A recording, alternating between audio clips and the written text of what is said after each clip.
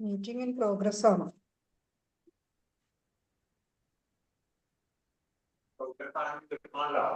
കൃഷ്ണ ഹരേ കൃഷ്ണ മാതാജി. ഹരേ കൃഷ്ണ. ഹരേ കൃഷ്ണ മാതാജി. ഹരേ ഹരേ കൃഷ്ണ. കൃഷ്ണ മാതാജി. ഹരേ കൃഷ്ണ ഹരേ കൃഷ്ണ മാതാജി. മാതാജി. ഹരേ കൃഷ്ണ മാതാജി. ഹരേ കൃഷ്ണ. ഹരേ കൃഷ്ണ. എല്ലാവർക്കും പ്രണാമം. ഹരേ കൃഷ്ണ മാതാജി. ഹരേ കൃഷ്ണ. ഓം ഹരേ നമോ കൃഷ്ണ ഭഗവതേ മാതാജി. വാസുദേവായ. ഓം നമോ ഭഗവതേ വാസുദേവായ. ഓം നമോ ഭഗവതേ വാസുദേവായ. ഓം അജ്ഞാനതിമിരാന്തസ്യ ജ്ഞാനാഞ്ജനശലാകയാ ചക്ഷുരുന്മീലിതം യേന തസ്മൈ ശ്രീ ഗുരവേ നമഃ. നമോ വിഷ്ണുപാദായ കൃഷ്ണകൃഷ്ണായ ഭൂതലേ ശ്രീമതേ ഭക്തി വേദാന്ത സ്വാമി നിതി നാമിനെ നമസ്തേ സാരസ്വതേ ദേവേ ഗൗരവാണി പ്രചാരിണേ നിർവിശേഷ ശൂന്യവാദി പാശ്ചാത്യ ദേശധാരിണേ. ജയ ശ്രീ കൃഷ്ണ ചൈതന്യ പ്രഭു നിത്യാനന്ദ ശ്രീ അദ്വൈത ഗദാധര ശ്രീവാസാദി ഗൗരഭക്തവൃന്ദ. ഹരേ കൃഷ്ണ കൃഷ്ണ കൃഷ്ണ ഹരേ ഹരേ. ഹരേ രാമ രാമ രാമ ഹരേ ഹരേ. ഹരേ കൃഷ്ണ. ശ്രീ രാധാ ഗോവിന്ദ ടെമ്പിൾ ഇസ്കോൺ മാംഗ്ലൂരിന്റെ 18 ദിവസത്തെ ഭഗവത്ഗീത ക്ലാസ്സിലേക്ക് എല്ലാവർക്കും സ്വാഗതം. ഹരേ കൃഷ്ണ. എല്ലാവർക്കും പ്രണാമം. നമ്മൾ ഇന്ന് അധ്യായം 4 അതീന്ദ്രിയ ജ്ഞാനം 4ാമത്തെ അധ്യായത്തിലേക്ക് കടക്കാണ് അല്ലെ. 4ാമത്തെ ദിവസം അധ്യായം 4 അതീന്ദ്രിയ ജ്ഞാനം, അതാണ് നമ്മൾ ഇന്നത്തെ അധ്യായം. നമ്മൾ ഇന്നലെ 3ാമത്തെ അധ്യായം കണ്ടിരുന്നു. എന്തായിരുന്നു 3ാമത്തെ അധ്യായം? നമ്മുടെ കൃഷ്ണ കർമ്മയോഗം അല്ലെ. 3ാമത്തത് കർമ്മയോഗമായിരുന്നു. ഇതൊക്കെയാണ് നമ്മൾ കണ്ടത് കർമ്മയോഗത്തില്.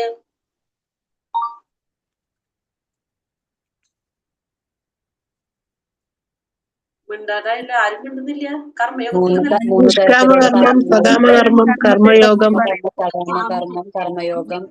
ഭഗവാനുമായി ബന്ധപ്പെട്ട് നിൽക്കുന്നതാണ് കർമ്മയോഗം. ഭഗവാനുമായിട്ട് ബുദ്ധിയുള്ള യോഗം തെരഞ്ഞെടുക്കും. കർമ്മയോഗം. ബുദ്ധിയുള്ളവര് കർമ്മയോഗം തെരഞ്ഞെടുക്കും. അപ്പൊ നമ്മൾ ഏതാ തെരഞ്ഞെടുക്കുക? കർമ്മയോഗം. കർമ്മയോഗം. മറ്റേ ഏതാണ് വേറെ ഉള്ളത്? നിഷ്കാമ കർമ്മം. നമ്മുടെ വ്യത്യാസം എന്താണ്?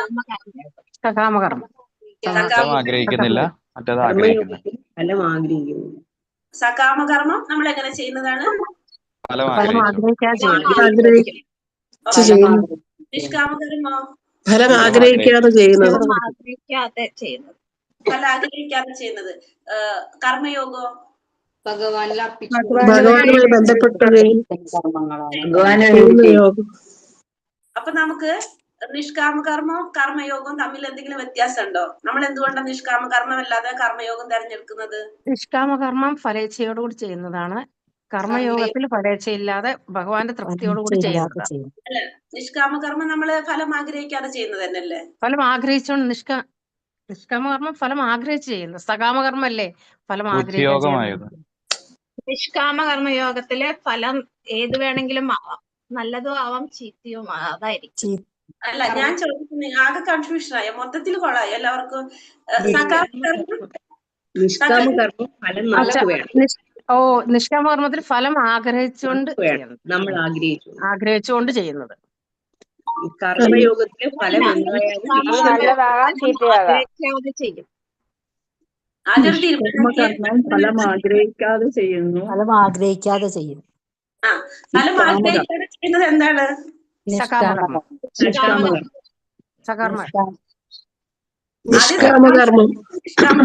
ആദ്യം ഉറപ്പിക്കാം നമുക്ക്. നിഷ്കാമകർമ്മം. ആ പേരിൽ തന്നെ ഉണ്ട് നിഷ്കാമ. നിഷ്കാമകർമ്മം ഫലം ആഗ്രഹിക്കാതെ ചെയ്യുന്നതാണ് നിഷ്കാമകർമ്മം. സകാമകർമ്മം ഫലം ആഗ്രഹിച്ചുകൊണ്ട്. അപ്പൊ അതിന് നമുക്ക് മാറ്റി നിർത്തി. അത് നമുക്ക് ഉറപ്പായി ഫലം ആഗ്രഹിച്ചുകൊണ്ട് ചെയ്യുന്നതാണ്. അത് മനസ്സിലായല്ലോ എല്ലാവർക്കും? അത് ഓക്കെ. സകാമകർമ്മം ഫലം ആഗ്രഹിച്ചുകൊണ്ട്. നിഷ്കാമകർമ്മം ഫലം ആഗ്രഹിക്കാതെ ചെയ്യുന്നത് ആണ്. അപ്പൊ നമുക്ക് അവിടെ എന്തില്ല? ഫലമില്ല. പിന്നെ പറഞ്ഞ കർമ്മയോഗം. കർമ്മയോഗം എങ്ങനെയാണ്? ഭഗവാനുമായിട്ട് ബന്ധപ്പെട്ട് ചെയ്യുന്ന യോഗം. അപ്പൊ ഞാൻ ചോദിച്ചത് ഈ നിഷ്കാമ കർമ്മയോഗവും പിന്നെ വേറെ എന്താണ് കർമ്മയോഗം, ഇത് രണ്ടും തമ്മിൽ എന്താ നമുക്ക് വ്യത്യാസം ഫീൽ ചെയ്തിട്ടുള്ളത്? കർമ്മയോഗം ഭഗവാനുമായിട്ട് ബന്ധപ്പെട്ട് ചെയ്യുന്ന യോഗം, മറ്റേത് ഫലം ആഗ്രഹിക്കാതെ ചെയ്യുന്നത്. അപ്പൊ ഇതിന്റെ രണ്ടിന്റെ റിസൾട്ട് എങ്ങനെയായിരിക്കും? ചിന്തിച്ചോ? നിഷ്കാമകർമ്മത്തില് ചെയ്യുന്ന സമയത്ത് ഭഗവാനുമായിട്ട് ബന്ധപ്പെടാതെ തന്നെ ചെയ്യാൻ പറ്റും. പക്ഷെ ഭഗവാന്റെ കർമ്മയോഗം എന്ന് പറയുമ്പോൾ അത് ഭഗവാനുമായിട്ടുള്ളൊരു ബന്ധത്തിലൂടെ ചെയ്യുന്നതാണ് വരുന്നത്. അതായത് ഭക്തിയോടാണ്. അതായത് ഭക്തിയോടുകൂടി ചെയ്യുന്നത്. കർമ്മയോഗം എന്ന് മറ്റതിൽ വെച്ചാൽ ഭക്തി ഉണ്ടാവണമെന്നില്ല. അതെ. മറ്റേത് മാതാജി പറഞ്ഞ പോലെ നമുക്ക് എന്താണ് കർമ്മയോഗം, എന്താണ് നിഷ്കാമ കർമ്മം എന്ന് വെച്ചാൽ കർമ്മത്തിന്റെ ഫലം ആഗ്രഹിക്കുന്നില്ല എന്നുള്ളൂ. പക്ഷെ അവിടെ എന്തില്ല, ഭഗവാനുമായിട്ട് ബന്ധപ്പെടുത്തി ചെയ്യണമെന്നില്ല അത്. അപ്പൊ നമുക്ക് ഫലം ആഗ്രഹിക്കുന്നില്ല, നമുക്ക് അതുകൊണ്ട് ഫലം ഉണ്ടാവുന്നില്ല ചെയ്യുന്ന കർമ്മത്തിന്. പക്ഷെ മറ്റേത് കർമ്മയോഗം എന്ന് വെച്ചാൽ ഭക്തിയോഗമാണ്. ഭഗവാനുമായിട്ട് ബന്ധപ്പെടുത്തി ചെയ്യുമ്പോൾ ഡയറക്റ്റ് എൻട്രി ആണ് എവിടേക്ക്, ഭഗവാന്റെ അടുത്തേക്ക്. നമുക്ക് നേരെ പോകാൻ പറ്റും ഭഗവാന്റെ അടുത്തേക്ക്. അതാണ് അതിന്റെ വ്യത്യാസം കേട്ടോ രണ്ടിന്റെയും. മറ്റേത് ഫലം ആഗ്രഹിക്കാതെ ചെയ്യുന്നു എന്നുള്ളത് ശരിയാണ്. പക്ഷെ നമുക്ക് അവിടെ എന്തല്ല, ഭഗവാനുമായിട്ട് ബന്ധപ്പെടണമെന്നില്ല അവിടെ. അത്രയാണ് വ്യത്യാസം. കിട്ടിയല്ലോ അത്? കാമകർമ്മ നിഷ്കാമകർമ്മം മനസ്സിലായില്ലേ? ഓക്കെ. ഇനി അടുത്തത് നമ്മള് പിന്നെന്താ പഠിച്ചതെന്നല്ലേ? കർമ്മയോഗത്തിന്റെ വേറെ പേര് ബുദ്ധിയോഗം. ഭക്തിയോഗം, ബുദ്ധിയോഗം, 4 ആശ്രമത്തിനെ പഠിച്ചു. 4 ആശ്രമങ്ങൾ. ബ്രഹ്മചര്യം, ഗൃഹസ്ഥാശ്രമം, വാനപ്രസ്ഥം, സന്യാസം. പിന്നെ വേറെ എന്ത് കണ്ടു നമ്മൾ ഇന്നലെ? യുഗങ്ങള് 4 യുഗം. 4 യുഗങ്ങൾ. 4 യുഗങ്ങള്. അപരയുഗം,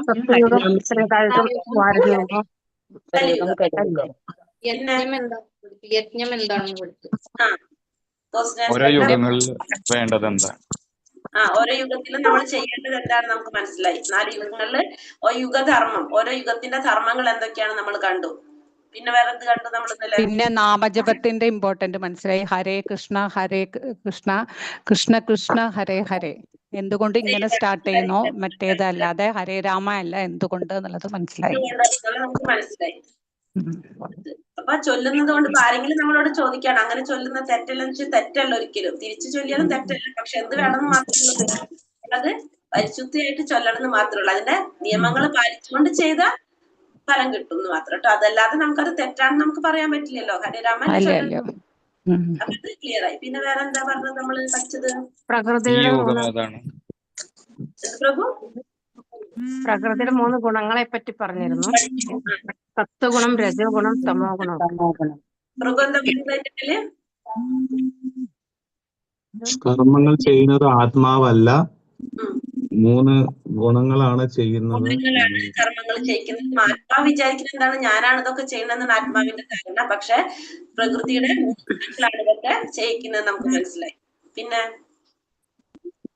ലോകത്തിലെ ശത്രു, ഇഹലോകത്തിലെ ഇന്ദ്രിയങ്ങളുടെ ഇന്ദ്രിയം, മനസ്സ്, ബുദ്ധിവയാണ് കാമത്തിന്റെ പ്രധാന ഇരിപ്പിടങ്ങള്. കാമത്തിന്റെ ഇരിപ്പിടങ്ങള്. അപ്പൊ നമുക്ക് ഇതിൽ ലാസ്റ്റ് അൾട്ടിമേറ്റ് നമുക്ക് പറഞ്ഞത് എന്താണ്? ഇന്ദ്രിയങ്ങളെ നിയന്ത്രിക്കണം, മനസ്സിനെ നിയന്ത്രിക്കണം. അങ്ങനെ നമുക്ക് എന്ത് സാധിക്കും? എന്താ ചെയ്യേണ്ടത്? ലാസ്റ്റ് വേണ്ട നമ്മുടെ ലക്ഷ്യം സാക്ഷാത്കാരം, ഈശ്വരീയ ഭഗവത് സാക്ഷാത്കാരം. സാക്ഷാത്കാരം നേടാന്നുള്ളതാണ് ലക്ഷ്യം. അപ്പൊ നമ്മളെ മനുഷ്യ ജീവിതത്തിന്റെ പ്രധാന ലക്ഷ്യം എന്താണ്? ആത്മസാക്ഷാത്കാരം. ആത്മാവിന് സാക്ഷാത്കാരം നേടിക്കൊടുക്കുക എന്നാണ് നമ്മള് ഈ ശരീരം കൊണ്ട് നമുക്ക് ചെയ്യാൻ പറ്റുന്ന ഏറ്റവും നല്ലൊരു കാര്യം എന്ന് പറയുന്നത്. അതാണ് നമുക്ക് ചെയ്യാൻ സാധിക്കുന്നത്. ഇപ്പൊ ഇത്രയും കാര്യങ്ങൾ കണ്ടു. അപ്പൊ നമ്മൾ കർമ്മം ചെയ്യണം എന്നുള്ളത് ഭഗവാൻ ഇന്നലെ തീർത്തു പറഞ്ഞു തന്നു അല്ലെ. കർമ്മം ചെയ്യാതിരിക്കാൻ നമുക്ക് ആർക്കും സാധിക്കില്ല. നമ്മൾ വിചാരിക്കും കർമ്മത്തിന്റെ ഫലം അനുഭവിക്കണമല്ലോ എന്ന് വെച്ചാൽ ചെയ്യാതിരിക്കാനായിട്ട് ആർക്കും പറ്റില്ല. കർമ്മം നമ്മൾ എല്ലാവരും ചെയ്തേ പറ്റൂ. അത് നമുക്ക് ഇന്നലെ മനസ്സിലായി. കർമ്മം ചെയ്ത് ചെയ്ത് ചെയ്ത് നമുക്ക് എന്ത് സംഭവിക്കും? നമ്മള് പരിശുദ്ധരായിക്കൊണ്ടിരിക്കും. നമ്മൾ പോലും അറിയാതെ കർമ്മം ചെയ്തുകൊണ്ടേയിരിക്കുമ്പോ നമ്മള് ഭഗവാന് വേണ്ടിയിട്ട് ഭഗവാന്റെ എന്താ പറയാ കൃഷ്ണാവബോധത്തില് അല്ലെങ്കിൽ ഭഗവാനുമായി ബന്ധപ്പെടുത്തിക്കൊണ്ട് നമ്മൾ കർമ്മങ്ങൾ ചെയ്തുകൊണ്ടേയിരിക്കുമ്പോ സ്വാഭാവികമായിട്ട് എന്ത് സംഭവിക്കും? നമ്മൾ അറിയാതെ നമ്മൾ തന്നെ നമ്മൾ ഫുള്ള് അഴുക്ക് നിറഞ്ഞിരിക്കുക, നമ്മൾ മാലിന്യങ്ങൾ നിറഞ്ഞതാ. കാമം, ക്രോധം, മോഹം, മതം, മാത്സര്യം ഇത് മുഴുവനും നമ്മുടെ ഉള്ളിലുണ്ട്. അതായത് ഒരു ഗ്ലാസ്സിൽ നിറച്ച് ചെളിവെള്ളം എങ്ങനെയായിരിക്കും അതേപോലെയാണ് നമ്മുടെ ഉള്ളിപ്പ്. അവിടെ ഭഗവാന് വന്നിരിക്കാൻ ബുദ്ധിമുട്ടല്ലേ, നമ്മൾ സ്ഥലത്ത്. അപ്പോ അപ്പൊ എന്താ സംഭവിക്കുന്നത്? അപ്പൊ നമ്മൾ ഈ നാമം ജപിക്കുമ്പോ അല്ലെങ്കിൽ ഭഗവാന്റെ നാമം ജപിക്കുക, ഭഗവാന്റെ കഥകൾ കേൾക്കുക, ലീലകൾ കേൾക്കുക, ഇതൊക്കെ ഭാഗവത ശ്രവണം, നാമജപം, ഇതിലൂടെ നമ്മൾ പരിശുദ്ധരാകാനായിട്ട് നമ്മൾ അറിയാതെ തന്നെ നമുക്ക് എന്ത് സംഭവിച്ചുകൊണ്ടിരിക്കും? നമുക്ക് പരിശുദ്ധി വന്നുകൊണ്ടിരിക്കും. അങ്ങനെ നമ്മൾ പോലും അറിയാതെ നമ്മൾ പരിശുദ്ധി ആയിക്കൊണ്ടിരിക്കുമ്പോൾ നമുക്ക് എന്ത് മനസ്സിലാക്കാൻ സാധിക്കും? ഭഗവാനെ കുറിച്ച് അറിയാൻ സാധിക്കും. അപ്പോഴാണ് നമുക്ക് ഭഗവാനെ ഗ്രഹിക്കാൻ സാധിക്കുന്നത്. ഭഗവാൻ പറയുന്ന കാര്യങ്ങള് നമുക്ക് മനസ്സിലാക്കാൻ സാധിക്കണമെങ്കിൽ നമുക്ക് എന്ത് വേണം? നമുക്ക് അതിനുള്ള ക്വാളിറ്റി ഉണ്ടാവണം. നമ്മൾ കുറച്ച് പ്യൂരിറ്റി ഉണ്ടാവണം. നമുക്ക് അതിനുള്ള യോഗ്യത ഉണ്ടായി വരുമ്പോ ഇപ്പൊ നമ്മുടെ ഇന്ദ്രിയങ്ങള് എങ്ങനെയാണ്? അത് ഫുള്ള് മാലിന്യങ്ങൾ നിറഞ്ഞതാണ്. അപ്പൊ നമുക്ക് അത്രയും ഗ്രഹിക്കാൻ സാധിക്കില്ല. പക്ഷെ നമ്മൾ നാമം ജപിച്ച് നമ്മുടെ ഇന്ദ്രിയങ്ങൾക്ക് പരിശുദ്ധി വരുന്നതിനനുസരിച്ച് നമുക്ക് എന്ത് സാധിക്കും? നമ്മൾ ഭഗവാനെ കുറിച്ച് അറിയുന്ന കാര്യങ്ങളും ഭഗവാനെ കുറിച്ച് പറയുന്നതൊക്കെ നമുക്ക് മനസ്സിലാക്കാനും ഗ്രഹിക്കാനുള്ള നമുക്ക് കഴിവ് കിട്ടി. അതിനുള്ള ബുദ്ധി ഭഗവാൻ തന്നെ നമുക്ക് തന്നുകൊണ്ടിരിക്കും. ഭഗവാനാണ് ആ ബുദ്ധി തരുന്നത്, നമ്മളെ കയ്യിലല്ല ഇരിക്കുന്നതെന്നും ഭഗവാൻ തന്നെ നമുക്ക് അതിനുള്ള ബുദ്ധി തന്നുകൊണ്ടിരിക്കും. അപ്പൊ അതുകൊണ്ട് നമ്മൾ എന്ത് ചെയ്യണം എന്നല്ല ഭഗവാൻ പറഞ്ഞു, കർമ്മം ചെയ്യണം. കർമ്മത്തിന്റെ ഫലത്തിൽ നമുക്ക് മാറി നിൽക്കാനൊന്നും നമുക്ക് സാധിക്കില്ല. പക്ഷെ നമുക്ക് അത് എന്ത് ചെയ്യാൻ സാധിക്കും? ഭഗവാന് സമർപ്പിച്ചുകൊണ്ട് ചെയ്യാനായിട്ട് സാധിക്കും. അപ്പൊ അതിന് നമുക്കിപ്പോ നമ്മള് ഹനുമാൻ സ്വാമിയുടെ ഒരു ഉദാഹരണം നമ്മൾ പറഞ്ഞു. അതായത് ഹനുമാൻ സ്വാമിക്ക് ദേഷ്യം വന്നപ്പോ ലങ്ക ചുട്ടരിച്ചു എന്ന് പറഞ്ഞു അല്ലെ. അത് ആ ദേഷ്യം എന്ത് ചെയ്തു? ഭഗവാന്റെ സേവനത്തിന് ഉപയോഗിച്ചു. ആ ദേഷ്യത്തെ ഭഗവാന്റെ സേവനത്തിന് ഉപയോഗിച്ചപ്പോ എന്തായി മാറി? ആ ദേഷ്യം ഒരു സേവനായപ്പോ അത് എന്തില്ല അവിടെ? അതിന് ഫലം ഇല്ലാണ്ടായി മാറി. ഇപ്പൊ അർജുനൻ ഭഗവാനെ ആരാധിച്ചത് എങ്ങനെയാണ്? യുദ്ധം ചെയ്തുകൊണ്ടാണ് അർജുനൻ ആരാധിക്കുന്നത് ഭഗവാനെ. അപ്പൊ എന്താ സംഭവിക്കുന്നത് അവിടെ? കാരണം ആ ചെയ്യുന്നത് എന്തായിട്ട് മാറി? ഭഗവത് സേവനമായിട്ട് മാറി. കുട്ടികള് ഭഗവാൻ ആരാധിക്കേണ്ട എങ്ങനെ? അവർ പഠിച്ചുകൊണ്ടാണ് ഭഗവാൻ ആരാധിക്കേണ്ടത്. നമ്മൾ ഓരോ സ്റ്റേജസില് നമ്മൾ ഓരോ കാര്യം നമ്മൾ ചെയ്യേണ്ട കാര്യങ്ങൾ നമ്മൾ കറക്റ്റ് ആയിട്ട് ചെയ്തിട്ട് വേണം നമ്മൾ എന്ത് ചെയ്യാൻ? ഭഗവത് സേവനം ചെയ്യാനായിട്ട്. അപ്പൊ ഓരോരുത്തർക്കും ഓരോന്ന് പറയുന്നത്. നമ്മൾ ആ ചെയ്യേണ്ട കടമകൾ ചെയ്യാതെ, നമ്മുടെ ധർമ്മങ്ങൾ ചെയ്യാതെ നമുക്കൊന്നും ചെയ്യാൻ പറ്റില്ല. അത് പെർഫെക്റ്റ് ആയിട്ട് കറക്റ്റ് ആയിട്ട് ചെയ്തിട്ട് വേണം നമ്മൾ എന്ത് ചെയ്യാൻ? നമ്മൾ അതിലൂടെയാണ് നമ്മൾ ഭഗവത് സേവനം ചെയ്ത് കാട്ടേണ്ടത്. ഇപ്പൊ നമ്മള് കുട്ടികളോട് കുറെ നേരം ഇരുന്ന് നിങ്ങൾ നാമം ജപിക്കണം, നിങ്ങൾ അങ്ങനെ ചെയ്യണം, ഇങ്ങനെ ചെയ്യണം എന്ന് പറഞ്ഞാൽ നമ്മൾ ചെയ്തത് തെറ്റാണ്. കാരണം അവര് ഏത് പീരീഡാണ്? ഇപ്പൊ ബ്രഹ്മചര്യാണ്. അവരുടെ സമയത്ത് അവർ ചെയ്യേണ്ടതാണ്. അവര് പഠിച്ചുകൊണ്ടാണ് ഭഗവാൻ ആരാധിക്കേണ്ടത്. കേൾക്കുന്നുണ്ട് ആര്യക്കുട്ടി? അവര് പഠിച്ചുകൊണ്ടാണ് ഭഗവാൻ ആരാധിക്കേണ്ടത്. അപ്പൊ അവരെ സമയത്ത് അവർ ചെയ്യേണ്ടത് എന്താണ്? പഠിക്കുക. അപ്പൊ കുറച്ച് അതിന്റെ കൂടെ നമ്മൾ നാമം ജപിക്കുക. അവരത് കുറെ നാമം ജപിക്കുക, കുറെ നേരം അത് ചെയ്യുക, അങ്ങനെയല്ല വേണ്ട. അപ്പൊ നമുക്ക് ഓരോരുത്തർക്കും ഓരോ സമയത്ത്, ഇപ്പൊ ഗൃഹസ്ഥത്തിലുള്ളവര് നമ്മൾ ഇതൊന്നും വിട്ടിട്ട് ഭഗവാനെ മാത്രം ആരാധിക്കാൻ പോയി കഴിഞ്ഞാൽ എന്താണ്? അതും ഉണ്ടാവില്ല, ഇതും ഉണ്ടാവില്ല. കാരണം നമുക്ക് ചെയ്യേണ്ടതായിട്ടുള്ള ധർമ്മം നമ്മൾ കറക്റ്റ് ആയിട്ട് ചെയ്യണം എന്നുണ്ട്. അതിന്റെ കൂടെ നമ്മൾ ഭഗവാന്റെ സേവനം ചെയ്യണം. അങ്ങനെയാണ് നമുക്ക് എന്ത് സാധിക്കുക?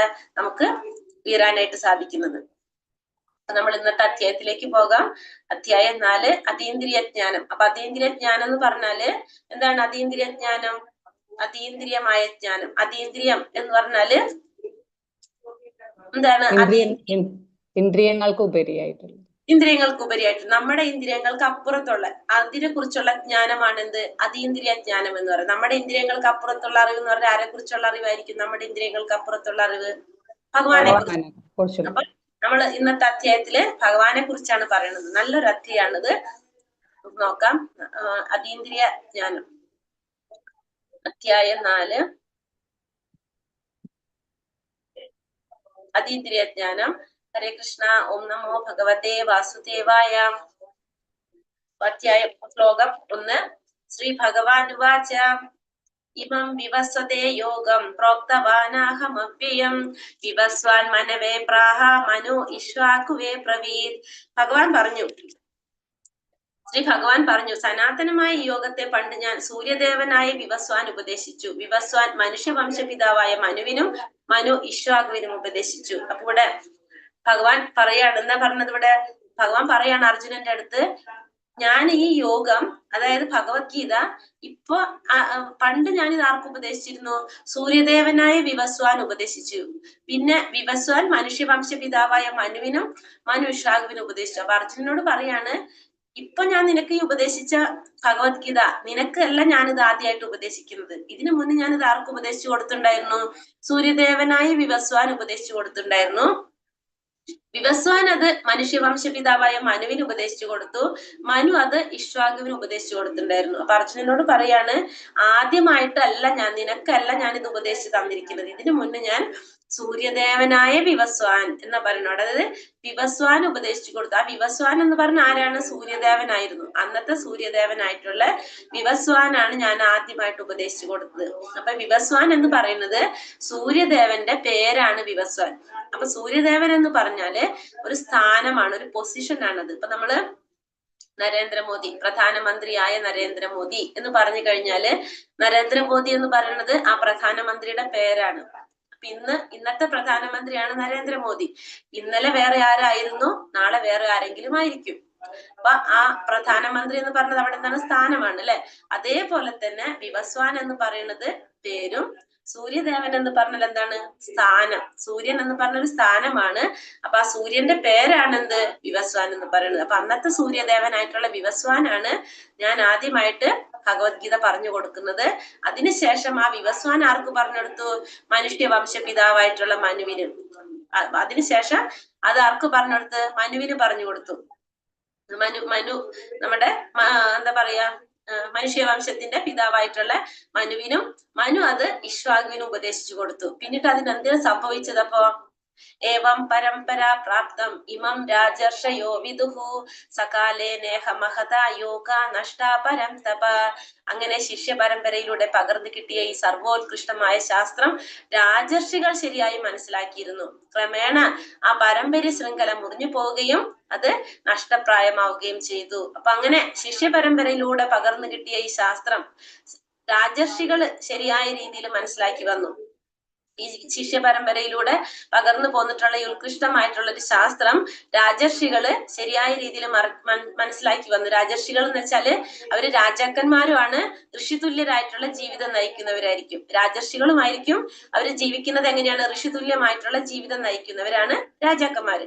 അങ്ങനത്തെ രാജാക്കന്മാരാണ്. അവരിതൊക്കെ മനസ്സിലാക്കി വന്നിട്ടുണ്ടായിരുന്നു. അപ്പോ പക്ഷെ എന്ത് സംഭവിച്ചു? കാലക്രമേണ ആ പാരമ്പര്യ ശൃംഖല മുറിഞ്ഞു പോയി. അതിന് നഷ്ടം സംഭവിച്ചു. പാരമ്പര്യ ശൃംഖല മുറിഞ്ഞു പോയിട്ട് അതിന് നഷ്ടം സംഭവിച്ചു. അപ്പോ ഈ അന്നത്തെ രാജാക്കന്മാർക്ക്, രാജർഷികൾക്ക്, അപ്പൊ അന്നത്തെ കാലത്ത് ജനങ്ങളെ ഈ പറഞ്ഞ പോലെ ആത്മസാക്ഷാത്കാരത്തിലേക്ക് എത്തിക്കുന്നതിന് അവർക്കൊരു മാർഗനിർദ്ദേശം എന്തിലൂടെ കിട്ടിയിരുന്നു? ഈ ഭഗവത്ഗീതയിലൂടെ കിട്ടിയിരുന്നു. അപ്പൊ ഇത് നഷ്ടം സംഭവിച്ചപ്പോ നഷ്ടപ്പെട്ടപ്പോ എന്തായി? അവർക്ക് ശാസ്ത്രങ്ങളൊന്നും ഇല്ലാതായി. അവർക്ക് നോക്കാനായിട്ട്, അവർക്ക് റെഫർ ചെയ്യാനായിട്ട് ശാസ്ത്രങ്ങൾ ഇല്ലാതെ വന്നപ്പോ സ്വാഭാവികമായിട്ട് എന്താണ്? നമ്മൾ തന്നിഷ്ടത്തിന് ചെയ്യാൻ തുടങ്ങും. അങ്ങനെ ആ പാരമ്പര്യ ശൃംഖല മുറിഞ്ഞു പോയി, അത് നഷ്ടപ്പെട്ടു പോയി. അപ്പോഴാണ് ഭഗവാൻ പിന്നെ ആർക്ക് പറഞ്ഞു കൊടുക്കുന്നത്? അവിടെ ഒരു ഗ്യാപ്പ് വന്നു. അപ്പൊ ഗ്യാപ്പ് വരുമ്പോ എന്താണത്? നമ്മളത് ഗ്യാപ്പ് ഫില്ല് ചെയ്യാനായിട്ട് നമ്മളെ ഇഷ്ടത്തിന് നമ്മളത് ഫില്ല് ചെയ്യാൻ തുടങ്ങും. അപ്പൊ അങ്ങനെ വന്നപ്പോഴാണ് ഭഗവാൻ വീണ്ടും ആരെ തെരഞ്ഞെടുക്കുന്നത്? അർജുനനെ തെരഞ്ഞെടുക്കുന്നത്. അങ്ങനെ ആ പരമ്പരയിലൂടെയാണ് ശിഷ്യ പരമ്പരയിലൂടെ പകർന്നു കിട്ടിയ ഒരു ശാസ്ത്രമാണത്. അത് രാജർഷികൾക്ക് മനസ്സിലാക്കിയിട്ടുണ്ടായിരുന്നു. പക്ഷെ അത് പിന്നെന്താ സംഭവിച്ചത്? അത് നഷ്ടപ്പെട്ടു. അങ്ങനെയാണ് പിന്നെ അത് ഭഗവാൻ അർജുനന് പറഞ്ഞു കൊടുക്കുന്നത്. അങ്ങനെ ആ ഗുരു പരമ്പരയാണ് നമ്മൾ പറയുന്നത്. ആ ഗുരു പരമ്പരയില് ഫസ്റ്റ് ആരാണ്? ഭഗവാൻ കൃഷ്ണൻ. കൃഷ്ണനിൽ നിന്ന് അത് ആർക്കാ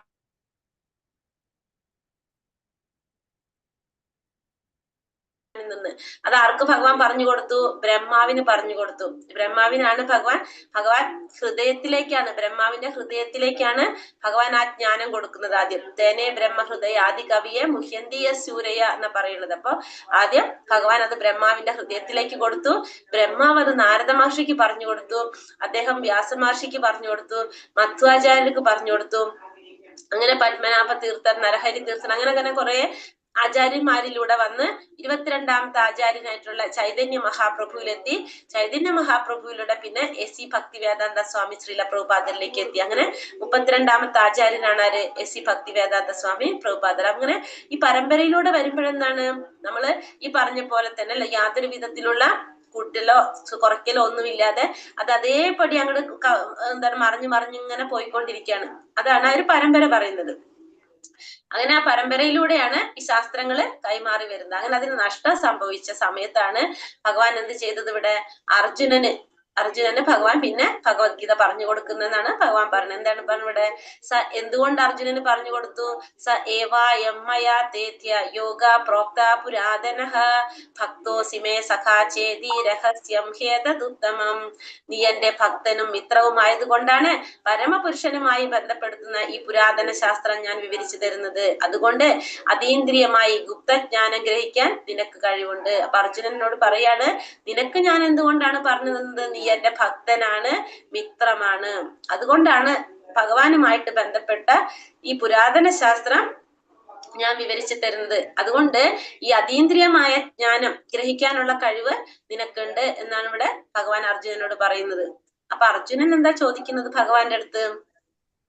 അർജുന അപരം ഭവതോ ജന്മ പരം ജന്മാ വിവസ്വതഃ കഥമേതഭിജാനീയം ത്വമാദൗ പ്രോക്തവാനിതി.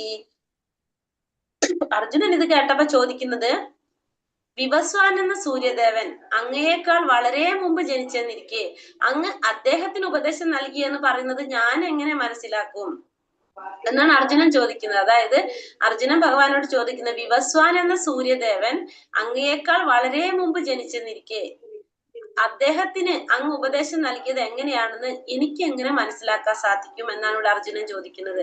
അപ്പൊ ഇവിടെ വിവസ്വാൻ സൂര്യദേവൻ ഇപ്പൊ അർജുനനും കൃഷ്ണനും ഏത് യുഗത്തിലാണ്? ഭഗവാനും അർജുനനും ഏത് യുഗത്തിലാണ്? ദ്വാപര യുഗത്തിലാണ് അല്ലെ? കുരുക്ഷേത്ര യുദ്ധം നടക്കുന്ന സമയത്ത് ദ്വാപര യുഗത്തിലാണ്.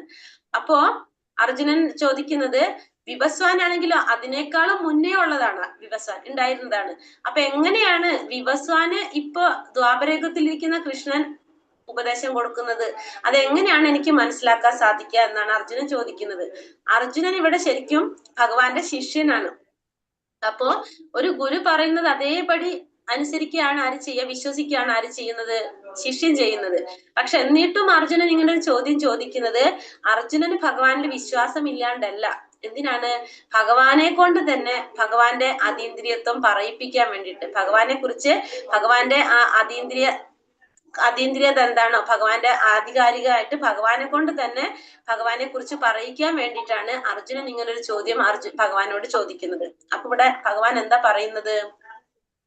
ശ്രീ ഭഗവാനുവാച ബഹൂനി മേ വ്യതീതാനി ജന്മാനി തവ ചാർജുന താന്യഹം വേദ സർവാണി നത്വം വേദ പരം തപ. ശ്രീ ഭഗവാൻ പറഞ്ഞു, ശത്രുക്കളെ കീഴടക്കുന്നവനെ, ഭഗവാൻ വിളിക്കുകയാണ് അർജുനനെ, ശത്രുക്കളെ കീഴടക്കുന്നവനെ, എനിക്കും നിനക്കും എണ്ണമറ്റ ജന്മങ്ങൾ കഴിഞ്ഞു പോയിരിക്കുന്നു. എനിക്കതെല്ലാം ഓർമ്മിക്കാൻ കഴിയും, നിനക്കതിന് സാധ്യമല്ല. അപ്പൊ പറയാണ്, എനിക്കും നിനക്കും എണ്ണമറ്റ ജന്മങ്ങൾ കഴിഞ്ഞു പോയിരിക്കുന്നു. നമുക്ക് രണ്ടുപേർക്കും കുറെ ജന്മങ്ങൾ കഴിഞ്ഞു പോയിട്ടുണ്ട്. പക്ഷെ എനിക്ക് അതെല്ലാം ഓർമ്മിക്കാൻ സാധിക്കുന്നുണ്ട്, നിനക്കതൊന്നും ഓർമ്മിക്കാൻ സാധിക്കുന്നില്ല. അപ്പൊ അർജുനനോട് ഭഗവാൻ പറഞ്ഞു കൊടുക്കാണ്, നീയും ഞാനും പിന്നെയും കുറെ ജന്മങ്ങൾ എടുത്തു, പക്ഷെ നിനക്കതൊന്നും ഓർക്കാൻ സാധിക്കുന്നില്ല, എനിക്കത് ഓർക്കാൻ സാധിക്കുന്നുണ്ട്. അപ്പൊ ആ വിവസ്വാന്റെ സമയത്തും നീയും ഉണ്ടായിരുന്നു, ഞാനും ഉണ്ടായിരുന്നു, പക്ഷെ നിനക്കത് ഓർക്കാൻ സാധിക്കുന്നില്ല, എനിക്കത് ഓർക്കാൻ സാധിക്കും. എന്തുകൊണ്ടാണ് നിനക്ക് ഓർക്കാൻ സാധിക്കാത്തത്? ശരീരം മാറുന്നതോടുകൂടി ജീവാത്മാവിന്റെ സ്മരണകളെല്ലാം നഷ്ടപ്പെടും. നമ്മളെ സംബന്ധിച്ച് എങ്ങനെയാണ്? നമ്മുടെ ശരീരവും ആത്മാവും വേറെ വേറെയാണ് അല്ലെ? നമ്മുടെ ഒരു ശരീരം ഉപയോഗിക്കാൻ പറ്റാതെ വരുമ്പോ ജീവാത്മാവ് അടുത്ത ശരീരത്തിലേക്ക് പോകുമ്പോ നമ്മുടെ ഓർമ്മകൾ മുഴുവൻ എന്താണ്? അതോടുകൂടി ഇല്ലാതാകും, നഷ്ടപ്പെട്ടു പോകും. പക്ഷെ ഭഗവാൻ എങ്ങനെയാണ്? സച്ചിദാനന്ദനാണ് ഭഗവാൻ. ഭഗവാന്റെ ശരീരത്തിന് എന്ത് സംഭവിക്കുന്നില്ല? മാറ്റം സംഭവിക്കുന്നില്ല. ഭഗവാന്റെ ആത്മാവും ശരീരം ഒന്ന് തന്നെയാണ്. ഭഗവാൻ സച്ചിദാനന്ദ സ്വരൂപനാണ്, ഒരിക്കലും ശരീരം മാറാത്തത് കൊണ്ട് ഭഗവാൻ എന്ത് സംഭവിക്കുന്നില്ല? ഭഗവാന്റെ ഇപ്പോഴത്തെ ഓർമ്മകളൊന്നും പോകുന്നില്ല. ഭഗവാൻ എപ്പോഴും സ്ഥിരമായിട്ട് നിലനിൽക്കുന്നതാണ് ഭഗവാൻ. അപ്പൊ അതുകൊണ്ട് അർജുനനോട് പറയാണ്, നമുക്ക് രണ്ടുപേരും ഉണ്ടായിരുന്നു, അന്നും ഉണ്ടായിരുന്നു, ഇന്നും ഉണ്ട്, എപ്പോഴും ഉണ്ടായിരുന്നു, പക്ഷെ നിനക്കതൊന്നും ഓർക്കാൻ സാധിക്കുന്നില്ല, എനിക്കതെല്ലാം ഓർക്കാൻ സാധിക്കുന്നു. കുറെ ജന്മങ്ങൾ നമ്മുടെ കഴിഞ്ഞു പോയി എന്നാണ് ഭഗവാൻ ഇവിടെ അർജുനനോട് പറഞ്ഞു കൊടുക്കുന്നത്. ഇനി ഭഗവാന്റെ അവതാരത്തെ കുറിച്ച് പറയാണ്. എന്താ പറയുന്നത്? അചോപി സന്യവായാത്മാ ഭൂതാനാമീശ്വരോപി സൻ പ്രകൃതിം സോമനിഷ്ഠായ സംഭവാമാത്മമായയ. എനിക്ക് പിറവിയില്ല. ഭഗവാൻ പറയാണ്, എനിക്ക് പിറവിയില്ല. നമ്മൾ പറഞ്ഞല്ലോ, നമ്മളൊരു ശരീരത്തിൽ നിന്ന് മറ്റൊരു ശരീരത്തിലേക്ക് പോയിട്ട് വീണ്ടും നമ്മൾ ജന്മം എടുക്കാണ്. പക്ഷെ ഭഗവാൻ പറയാണ്, എനിക്ക് പിറവിയില്ല, എന്റെ അതീന്ദ്രിയമായ ശരീരത്തിന് നാശം നേരിടുന്നില്ല, ജീവജാലങ്ങൾക്കെല്ലാം അധിപതിയാണ് ഞാൻ. എന്നിരിക്കലും യുഗം തോറും ആദിമവും അതീന്ദ്രിയവുമായ രൂപത്തിൽ ഞാൻ അവതരിക്കുന്നു. അപ്പൊ എനിക്ക് പിറവിയില്ല, എന്റെ അതീന്ദ്രിയമായ ശരീരത്തിന് നാശം നേരിടുന്നില്ല, ജീവജാലങ്ങളുടെയും അധിപതിയാണ് ഞാൻ, എല്ലാ ജീവജാലങ്ങളുടെയും അധിപതിയാണ് ഞാൻ. എന്നിരിക്കലും യുഗം തോറും ഓരോ യുഗത്തിലും ഞാൻ അവതരിക്കുന്നു പറഞ്ഞു. അപ്പൊ നമ്മൾ ഇന്നലെ 4 യുഗങ്ങൾ പറഞ്ഞു അല്ലെ? സത്യയുഗം പറഞ്ഞു, ത്രേതായുഗം പറഞ്ഞു, ദ്വാപരയുഗം പറഞ്ഞു, കലിയുഗം പറഞ്ഞു. അപ്പൊ ഓരോ യുഗത്തിലും ഭഗവാൻ അവതരിക്കുന്നു. എങ്ങനെ? ഭഗവാന്റെ ആദിമവും അതീന്ദ്രിയവുമായ രൂപത്തിൽ ഭഗവാൻ അവതരിച്ചു കൊണ്ടേയിരിക്കും. അപ്പൊ നമുക്ക് കാഴ്ചയിൽ നമുക്ക് തോന്നുന്ന ഒരു സാധാരണ മനുഷ്യനെ പോലെ നമുക്ക് തോന്നാം. പക്ഷെ ഓരോ ഭഗവാൻ അങ്ങനെയാണ്. ഭഗവാൻ അതീന്ദ്രിയനാണ്, ഭഗവാന് പിറവിയില്ല, ഭഗവാന്റെ ശരീരം അതീന്ദ്രിയമായ ശരീരമാണ്, അതിനൊരിക്കലും നാശം സംഭവിക്കുന്നില്ല എന്ന് ഭഗവാൻ പറയണം. ഓരോ യുഗം തോറും ഭഗവാൻ അവതരിച്ചു കൊണ്ടേയിരിക്കുന്നു എന്ന് ഭഗവാൻ ഇവിടെ പറയാണ്. അപ്പൊ നമ്മള് ഭക്തരായിട്ടുള്ള ജീവാത്മാക്കളാണ് നമ്മളെല്ലാവരും. നമ്മള് ശരീരം മാറുമ്പോ നമ്മളെ ഓർമ്മകളെല്ലാം നമ്മളെ ഇല്ലാതാകും. നമ്മൾ പുതിയൊരു ശരീരം സ്വീകരിക്കുമ്പോ പിന്നെ നമ്മൾ വീണ്ടും അവിടെ നിന്ന് തുടങ്ങും. പക്ഷെ ഭഗവാന് ശരീരം മാറുന്നില്ല, പിറവിയില്ല, ഭഗവാന്റെ ശരീരത്തിന് നാശം സംഭവിക്കുന്നില്ല. അപ്പൊ ഓരോ യുഗത്തിലും ഭഗവാൻ അവതരിക്കുന്നു എന്ന് പറയാണ്. ഇപ്പൊ നമ്മൾ ഇന്നലെ പറഞ്ഞ സത്യയുഗത്തില് ഭഗവാന്റെ അവതാരം ഏതാണ്? സത്യയുഗത്തിൽ വന്നിട്ടുള്ള ഭഗവാന്റെ അവതാരം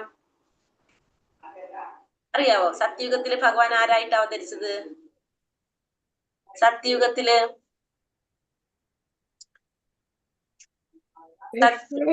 അറിയാൻ പറ്റും? ആർക്കെങ്കിലും അറിയോ? സത്യയുഗത്തില് നരസിംഹാവതാരം ഭഗവാന്റെ കേട്ടിട്ടുണ്ടോ? കേട്ടിട്ടുണ്ട്. നരസിംഹ ഭഗവാനായിട്ടാണ് സത്യയുഗത്തില് ഭഗവാൻ നരസിംഹദേവനായിട്ട് വന്നു. പിന്നെ ത്രേതായുഗത്തിലോ ശ്രീരാമനാണോ? ശ്രീരാമൻ. ശ്രീരാമസ്വാമി ഏത് യുഗത്തിൽ? ത്രേതായുഗത്തില് ശ്രീരാമനായിട്ട് വന്നു അല്ലെ? പിന്നെ വന്നിട്ട് ദ്വാപരയുഗത്തില് ശ്രീകൃഷ്ണൻ ശ്രീകൃഷ്ണനായിട്ട് വന്നു. ഇനി കലിയുഗത്തിലോ കൽക്കി വരാനുണ്ട് അല്ലെ? കൽക്കി അവതാരം വന്നിട്ടില്ല, കൽക്കി വരും. കലിയുഗത്തിന്റെ അവസാനത്തിലാണ് ഭഗവാന്റെ ഒരു അവതാരം വരാനുണ്ട്, കൽക്കി അവതാരം. ഇപ്പൊ നമുക്ക് രഹസ്യാവതാരമായിട്ട് ചൈതന്യ മഹാപ്രഭു വന്നിട്ടുണ്ടായിരുന്നു 500 വർഷങ്ങൾക്ക് മുന്നേ ചൈതന്യ മഹാപ്രഭു ആയിട്ട്. ഇനി ഒരു അവതാരം വരാനുള്ളത് കൽക്കി അവതാരം കലിയുഗത്തിന്റെ അവസാനത്തിലാണ് പറയുന്നത്, അത് വരുന്നുള്ളത് അല്ലെ? അപ്പൊ ഓരോ യുഗത്തിലും ഭഗവാൻ അവതരിക്കും എന്നുള്ളത് ഇവിടെ പറയാണ്. അപ്പൊ ഭഗവാന്റെ ശരീരത്തിന് ഒരിക്കലും എന്ത് സംഭവിക്കില്ല? നാശം സംഭവിക്കില്ല. അപ്പൊ നമുക്കറിയാം നമ്മളെ ശരീരത്തിൽ ജരാനരകൾ ബാധിച്ചുകൊണ്ടിരിക്കുന്നത് നമ്മുടെ ശരീരം. നമ്മളിപ്പോ ഒരു കുട്ടിയായിരിക്കുന്നു, നമുക്ക് ശൈശവം വന്നു, ബാല്യം വന്നു, യൗവനം വന്നു, കൗമാരം, വാർദ്ധക്യം, അങ്ങനെ കുറെ സ്റ്റേജസിലൂടെ നമ്മൾ കടന്നു പോകും.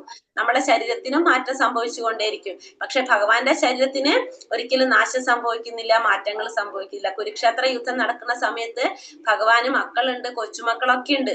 എന്നിട്ടും ഭഗവാൻ എങ്ങനെ കാണുന്നത്? നവയൗവനനായിട്ടാണ് ഭഗവാൻ കാണപ്പെടുന്നത്. ഭഗവാന്റെ ശരീരത്തിന് ഒരിക്കലും എന്ത് ബാധിക്കുന്നില്ല? അപ്പൊ വാർദ്ധക്യം ബാധിക്കുന്നില്ല. നമ്മളെ പോലെ ജരാനരകളൊന്നും ആരെ ബാധിക്കില്ല? ഭഗവാനെ ബാധിക്കുന്നില്ല. ഇനി ഭഗവാൻ എപ്പോഴാണ് ഭഗവാൻ അവതരിക്കുന്നത്? യഥാ യഥാ ഹി ധർമ്മസ്യ ഗ്ലാനിർഭവതി ഭാരത അഭ്യുത്ഥാനമധർമ്മസ്യ തഥാത്മാനം സജാമ്യഹം. എപ്പോൾ എവിടെ ധർമാചരണത്തിന് ക്ഷയം നേരിടുന്നുവോ, എപ്പോൾ അധർമ്മം തഴച്ചു വളരുന്നുവോ, അപ്പോഴെല്ലാം ഞാൻ അവതരിക്കുന്നു ഹേ ഭാരത. അപ്പൊ ഭഗവാൻ എപ്പോഴാണ് അവതരിക്കുന്നത്? എവിടെയാണോ ധർമ്മത്തിന്റെ ആചരണത്തിന് ക്ഷയം നേരിടുന്നത്, ധർമാചരണത്തിന് ക്ഷയം നേരിടുന്നത് എപ്പോഴാണോ, എപ്പോൾ അധർമ്മം തഴച്ചു വളരുന്നുവോ, അധർമ്മം എപ്പോഴാണോ തളച്ചു വരുന്നത്, ആ സമയത്തെല്ലാം ഭഗവാൻ അവതരിച്ചു കൊണ്ടേയിരിക്കും. എവിടെ ധർമ്മത്തിന് പ്രശ്നം വന്നോ, അധർമ്മം തഴച്ചു വളരുന്നത് കണ്ടോ, ഉടനടി ആരവതരിക്കും? ഭഗവാൻ അവതരിക്കുമെന്ന് ഭഗവാൻ പറയാണ്. എന്തിനാണ് ഭഗവാൻ അവതരിക്കുന്നതെന്ന് ഭഗവാൻ അടുത്തതിൽ പറയാണ്. പരിത്രാണായ സാധൂനാം വിനാശായ ച ദുഷ്കൃതാം ധർമ്മ സംസ്ഥാപനാർത്ഥായ സംഭവാമി യുഗേ യുഗേ.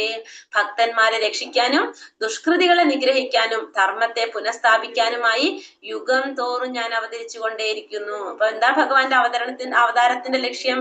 ഒന്ന് ഭക്തന്മാരെ രക്ഷിക്കാം, ദുഷ്കൃതികളെ നിഗ്രഹിക്കുക, ധർമ്മത്തെ പുനഃസ്ഥാപിക്കുക. ഈ 3 കാര്യമാണ് ഭഗവാന്റെ അവതാരത്തിന്റെ ഉദ്ദേശം. ഒന്ന് ഭക്തന്മാരെ രക്ഷിക്കുക, ദുഷ്കൃതികളെ നിഗ്രഹിക്കുക, ധർമ്മത്തെ പുനഃസ്ഥാപിക്കുക. ഇതിനു വേണ്ടിയിട്ട് ഭഗവാൻ യുഗം തോറും ഓരോ യുഗത്തിലും ഭഗവാൻ അവതരിക്കുന്ന പറയുന്നത് ഭക്തന്മാരെ രക്ഷിക്കാനും ദുഷ്കൃതികളെ നിഗ്രഹിക്കാനും ധർമ്മത്തെ പുനഃസ്ഥാപിക്കാനും വേണ്ടി. അപ്പൊ ഭഗവാൻ ചൈതന്യ മഹാപ്രഭുവായിട്ട് കലിയുഗത്തിൽ വന്നപ്പോ ഭഗവാൻ ചൈതന്യ മഹാപ്രഭുവാണ് ഭഗവാനാണെന്ന് മനസ്സിലാക്കി കൊടുക്കാൻ വേണ്ടി സർവഭൗമ ഭട്ടാചാര്യർക്ക് ഭഗവാൻ ദർശനം കൊടുത്തിരുന്നു. ശ്രീരാമനായിട്ട് വന്നതും ശ്രീകൃഷ്ണനായിട്ട് വന്നതും ഇപ്പൊ സന്യാസി രൂപത്തിൽ ചൈതന്യ മഹാപ്രഭുവായിട്ടുള്ളത് ഞാനാണെന്ന് ഷഡ്ഭുജ രൂപത്തിൽ ഭഗവാൻ ദർശനം കൊടുത്തിട്ടുള്ളതാണിത്. പിക്ചറാണ് നമ്മൾ ഈ കണ്ടത്. ഇനി ഭഗവാന്റെ ജന്മത്തെ കുറിച്ച് പറയാണ്. എങ്ങനെയാണ്? ജന്മകർമ്മച്ച മേ ദിവ്യം ഏവം യോ വേത്തി തത്വതഃ തിക്താദേഹം പുനർജന്മ നൈതി മാമേതി സ്വാർജുന. അല്ലയോ അർജുന, എന്റെ ജനനത്തിന്റെയും പ്രവർത്തികളുടെയും അതീന്ദ്രിയ സ്വഭാവം ഗ്രഹിച്ചവർ മരണശേഷം വീണ്ടും ഭൗതിക ലോകത്തിൽ പിറക്കുന്നില്ല, അവർ ശാശ്വതമായ എന്റെ ലോകത്തിലെത്തുന്നു. അപ്പൊ അല്ലയോ അർജുന, ഭഗവാൻ പറയാണ് അർജുനനോട്, ആർക്കാണോ എന്റെ ജനനത്തെ കുറിച്ചും എന്റെ പ്രവർത്തികളെ കുറിച്ചും ഉള്ള അതീന്ദ്രിയ സ്വഭാവം മനസ്സിലാക്കാൻ സാധിക്കുന്നവര്, ഭഗവാന്റെ ജനനത്തെ കുറിച്ചും പ്രവർത്തികളെ കുറിച്ചുമുള്ള ഒരു അതീന്ദ്രിയമായ സ്വഭാവം, ഭഗവാനുമായിട്ട് ബന്ധപ്പെട്ടതെല്ലാം അതീന്ദ്രിയമായിട്ടുള്ളതാണ്, അത് ഗ്രഹിക്കുന്നവർക്ക് മരണശേഷം പിന്നെ എന്തുണ്ടാവില്ല? ഈ ഭൗതിക ലോകത്തിൽ വന്ന് ജന്മം എടുക്കേണ്ടതായിട്ട് വരില്ല. അവർക്ക് ശാശ്വതമായ ഭഗവാന്റെ ലോകത്തിലേക്ക് പോകാനായിട്ട് സാധിക്കും. കാരണം ഈ ഭൗതിക ലോകത്തിൽ നമ്മൾ എന്ത് ചെയ്താലും, പുണ്യങ്ങൾ ചെയ്താലും പാപങ്ങൾ ചെയ്താലും നമുക്ക് എവിടെ അനുഭവിക്കണത്? ഈ ഭൗതിക ലോകത്തിലാണ് നമ്മൾ അനുഭവിക്കുന്നത്. 14 ലോകങ്ങളിലെ ഫസ്റ്റത്തെ ലോകം സത്യലോകം, ബ്രഹ്മലോകം എന്ന് പറയും. ആ 14 ലോകത്തില് 5ാമത്തെ ലോകമാണ് ഇത് പുണ്യലോകമായിട്ടുള്ള സ്വർഗലോകം. 7ാമത്തെ ലോകമാണ് നമ്മുടെ ഭൂലോകം. 7ാമത്തെയാണ് നമ്മുടെ ഭൂലോകം വരുന്നത്. അപ്പൊ നമ്മൾ ചെയ്യുന്ന കർമ്മങ്ങൾ അനുസരിച്ച് പുണ്യകർമ്മങ്ങൾ അനുഭവിക്കാൻ നമ്മൾ എവിടേക്ക് പോകും? സ്വർഗത്തിൽ പോകുന്നു കേട്ടിട്ടില്ലേ? നമ്മള് സ്വർഗത്തിൽ പോകും. ആ സ്വർഗം എന്ന് പറയുന്നത് ഇന്ദ്രന്റെ ലോകം, അതാണ് 5ാമത്തെ ദേവന്മാരുടെ ലോകമായിട്ടുള്ള 5ാമത്തെ ലോകം. അവിടെ നമ്മൾ പോയി സ്വർഗത്തിൽ പോയിട്ട് പുണ്യഫലങ്ങളൊക്കെ അനുഭവിച്ചു കഴിഞ്ഞാൽ വീണ്ടും നമ്മൾ എവിടേക്ക് പോകണം? ഭൂമിയിലേക്ക് വരണം, ഭൂലോകത്തിലേക്ക് വരണം. പിന്നെ നമ്മൾ അവിടെ ബാക്കിയുള്ളത് അനുഭവിച്ച് നമ്മൾ അവിടെ ചെയ്യുന്ന വീണ്ടും കർമ്മങ്ങൾ അനുഭവിക്കുമ്പോൾ അതനുസരിച്ച് വീണ്ടും അങ്ങനെ നമ്മൾ കറങ്ങിക്കൊണ്ടേയിരിക്കും. പക്ഷെ ഇതൊക്കെ എവിടെ നടക്കുന്നത്? ഈ ഭൗതിക ലോകത്തിലാണ് നടക്കുന്നത്.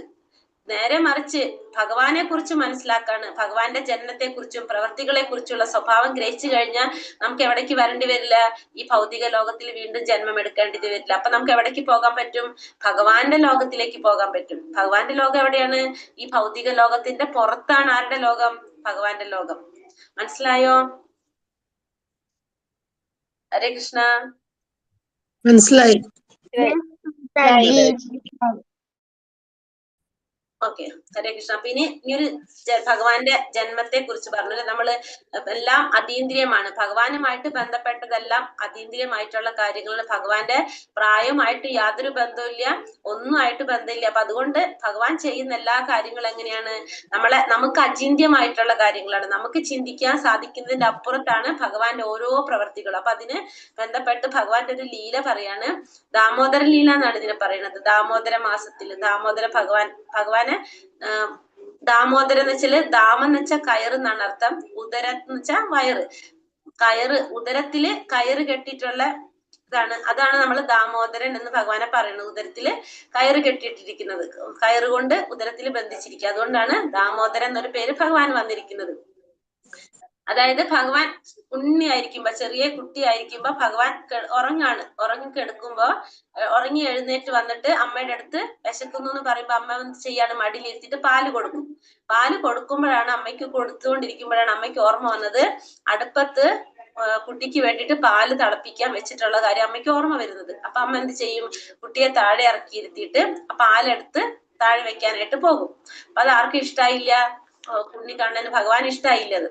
അപ്പൊ ഭഗവാൻ എന്ത് ചെയ്യും? അവിടെ ഇരുന്ന് ആ തൈരിന്റെ കുട എടുത്തിട്ട് ഉടച്ച് അവിടെ ഉണ്ടായിരുന്ന വെണ്ണയൊക്കെ എടുത്ത് നശിപ്പിച്ച് അത് ഇങ്ങനെ ആകെ നാശാക്കി വെക്കും. അപ്പൊ ഇത് കണ്ട് അമ്മ വരുമ്പോ അമ്മയ്ക്ക് ഇത് കാണുമ്പോ ദേഷ്യം വരും. സ്വാഭാവികമായിട്ടും അമ്മമാർക്ക് ദേഷ്യം വന്നിട്ട് എന്താ ചെയ്യാം? ചെറിയ കുട്ടിയാ, കാണുന്നില്ല, ഇത്രയുള്ള പ്രായം. എന്നിട്ട് അമ്മ പിടിച്ച് കെട്ടിടാനായിട്ട് പോകും. കാരണം വികൃതിയാണല്ലോ, ഭയങ്കര വികൃതിയാണ്. പിടിച്ച് കെട്ടിടാനായിട്ട് പോകും. അങ്ങനെ അവിടെ ഒരു ഒരലുണ്ടായി, ഒരലുമേൽ പിടിച്ച് കെട്ടിടാനായിട്ട് കയറെടുത്തിട്ട് കെട്ടുമ്പോ അമ്മ എത്ര ശ്രമിച്ചിട്ടും ഈ കുട്ടിയുടെ കയറ് ചുറ്റും എത്തിയിട്ട് കയറുകൊണ്ട് കെട്ടാൻ പറ്റുന്നില്ല.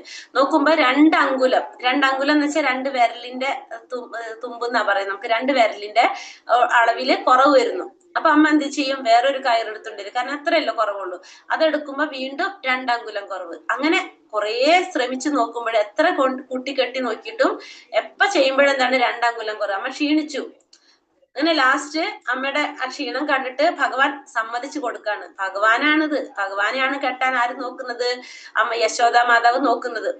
അപ്പൊ ലാസ്റ്റ് ഭഗവാൻ സമ്മതിക്കാണ്. അങ്ങനെ ഭഗവാനെ ആ ഒരലുമ്മല് പിടിച്ച് അമ്മ കെട്ടിയിട. അങ്ങനെ അമ്മ കെട്ടി അമ്മ പോയി കഴിഞ്ഞപ്പോ ഭഗവാൻ എന്ത് ചെയ്തു? ആ ഒരലും വലിച്ച് അങ്ങോട്ട് പുറത്തേക്ക് നടന്നു. ഒരലും പിടിച്ച് വലിച്ച് പുറത്തേക്ക് നടന്നപ്പോ വൃന്ദാവനത്തിലാണ് ഭഗവാന്റെ ലീല നടക്കുന്നത്. വൃന്ദാവനത്തിലാണ്. വൃന്ദാവനത്തില് ഭഗവാന്റെ വരവും കാത്തിരിക്കുന്ന 2 വൃക്ഷങ്ങളുണ്ട് അവിടെ. അതായത് നാരദ മഹർഷിയുടെ ശാപം കൊണ്ട് വൃക്ഷങ്ങളായി തീർന്ന കുബേരന്റെ മക്കള് മണിഗ്രീവനും നളകുബേരനും. അങ്ങനെ അവര് ഭഗവാന്റെ വരവും കാത്ത് അവിടെ ഉണ്ട്. അപ്പൊ ഭഗവാൻ ഇതറിയാം. ഭഗവാൻ അതീന്ദ്രിയനാണ് അല്ലെ.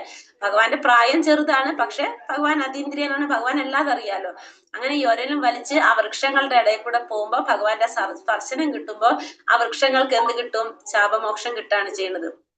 അപ്പൊ ഭഗവാന്റെ ഏത് പ്രായത്തിലും ഏത് സമയത്തും ഭഗവാൻ എപ്പോഴും എങ്ങനെയാണ്? അതീന്ദ്രിയൻ തന്നെയാണ്. ഭഗവാൻ ഒന്നിനും ഒരു ച്യുതി സംഭവിക്കുന്നില്ല, ഒരു കുറവും ഭഗവാന് സംഭവിക്കുന്നില്ല എന്നുള്ളതാണ് നമുക്ക് മനസ്സിലാക്കാൻ സാധിക്കുന്നത്. അത് മാത്രമല്ല, വലിയൊരു പാഠമാണ് ഇതിലുള്ളത്. കാരണം നമ്മൾ എന്തൊരു കാര്യം നമ്മൾ ചെയ്യണമെങ്കിലും നമുക്ക് 2 അങ്കുലം എന്ന് പറയുന്നത്, 1 നമ്മുടെ പരിശ്രമവും, 2 ഭഗവാന്റെ കാരുണ്യം. എന്തൊരു കാര്യം നമുക്ക് ചെയ്യണമെങ്കിൽ എന്ത് വേണം? 1 നമ്മളെ സൈഡിൽ നിന്ന് ഒരു പരിശ്രമം നമുക്ക് വേണം.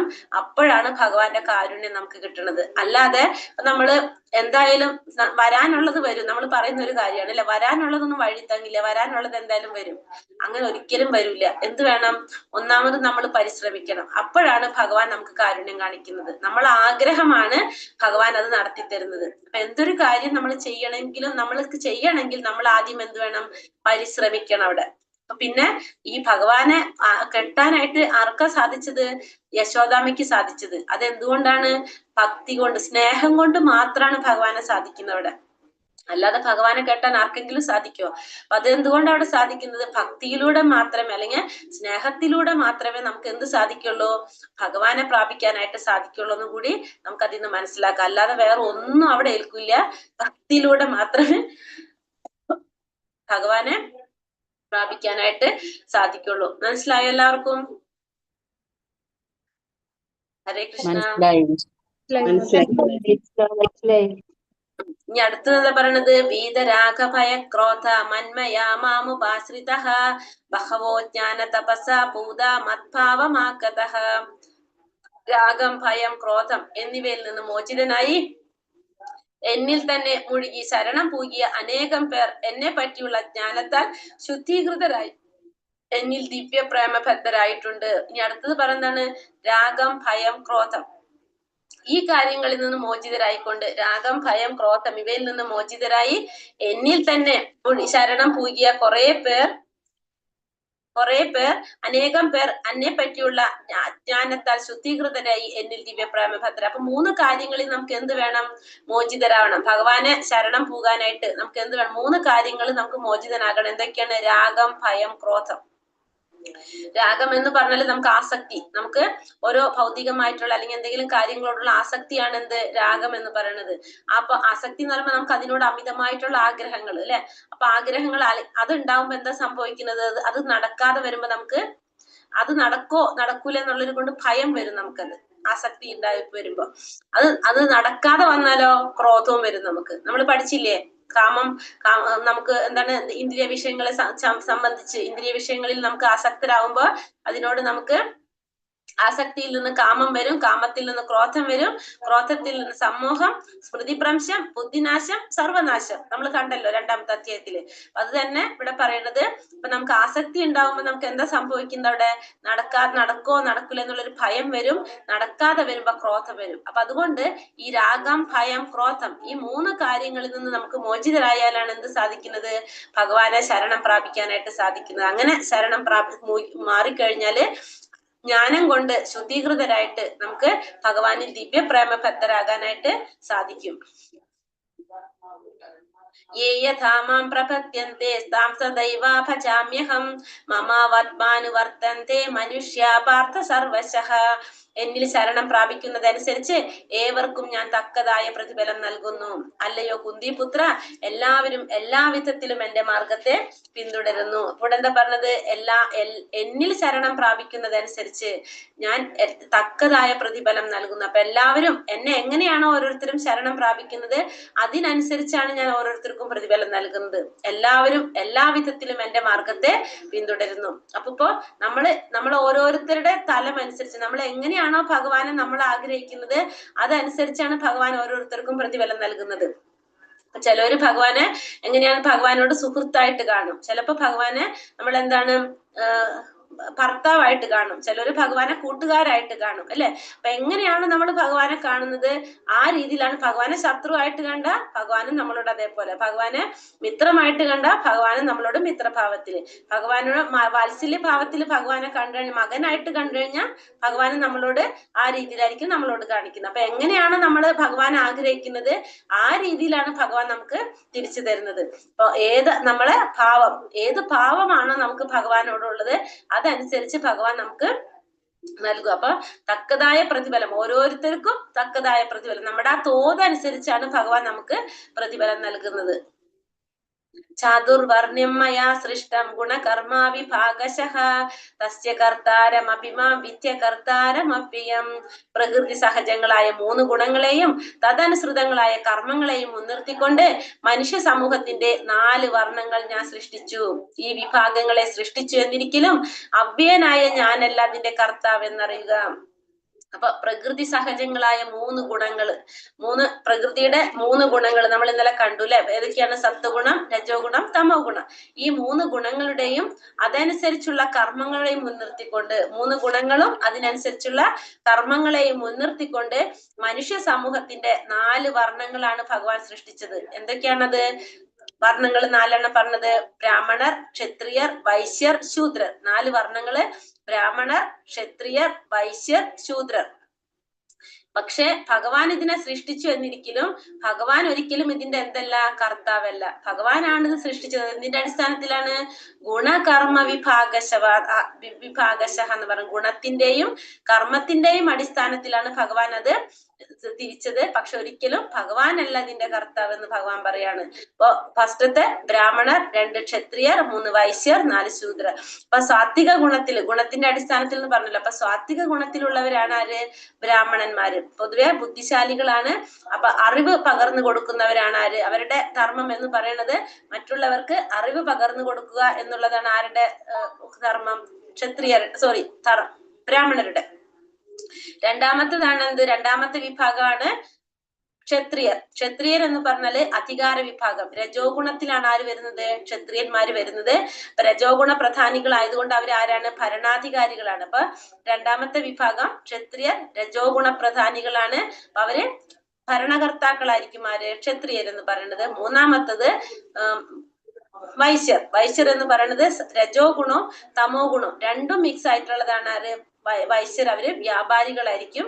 വ്യാപാരികളാണ് വൈശ്യർ എന്ന് പറയുന്നത്. ശൂദ്രർ എന്ന് പറയുന്നത് തമോ ഗുണത്തിലുള്ളവരാണ്. ഈ പറഞ്ഞ 3 വിഭാഗത്തിലുള്ളവർക്കും വേണ്ട സേവനങ്ങൾ ചെയ്തു കൊടുക്കുന്ന തൊഴിലാളി വിഭാഗമാണ് ഇതിൽ വരുന്നത് ശൂദ്രർ എന്ന് പറഞ്ഞത്. അപ്പൊ ഈ 4 വിഭാഗങ്ങളെയും ഭഗവാൻ സൃഷ്ടിച്ചത് എന്തിന്റെ അടിസ്ഥാനത്തിലാണ്? ഗുണകർമ്മ വിഭാഗശഃ. ഗുണത്തിന്റെയും അതനുസരിച്ച് ചെയ്യുന്ന കർമ്മങ്ങളുടെയും അടിസ്ഥാനത്തിലാണ് ഭഗവാൻ ഇങ്ങനൊരു വിഭജനം നടത്തിയത്. എന്നിട്ട് ഭഗവാൻ എന്താ പറയണത്? നമാം കർമാണി ലിപ്പന്തി നമേ കർമ്മ ഫലേ സ്പൃഹഃ ഇതി മാം യോപി ജാനാതി കർമ്മഭിർനാസ പത്യതേ. കർമ്മങ്ങളൊന്നും എന്നെ ബാധിക്കുകയില്ല, എനിക്ക് കർമ്മ ഫലേച്ഛയുമില്ല.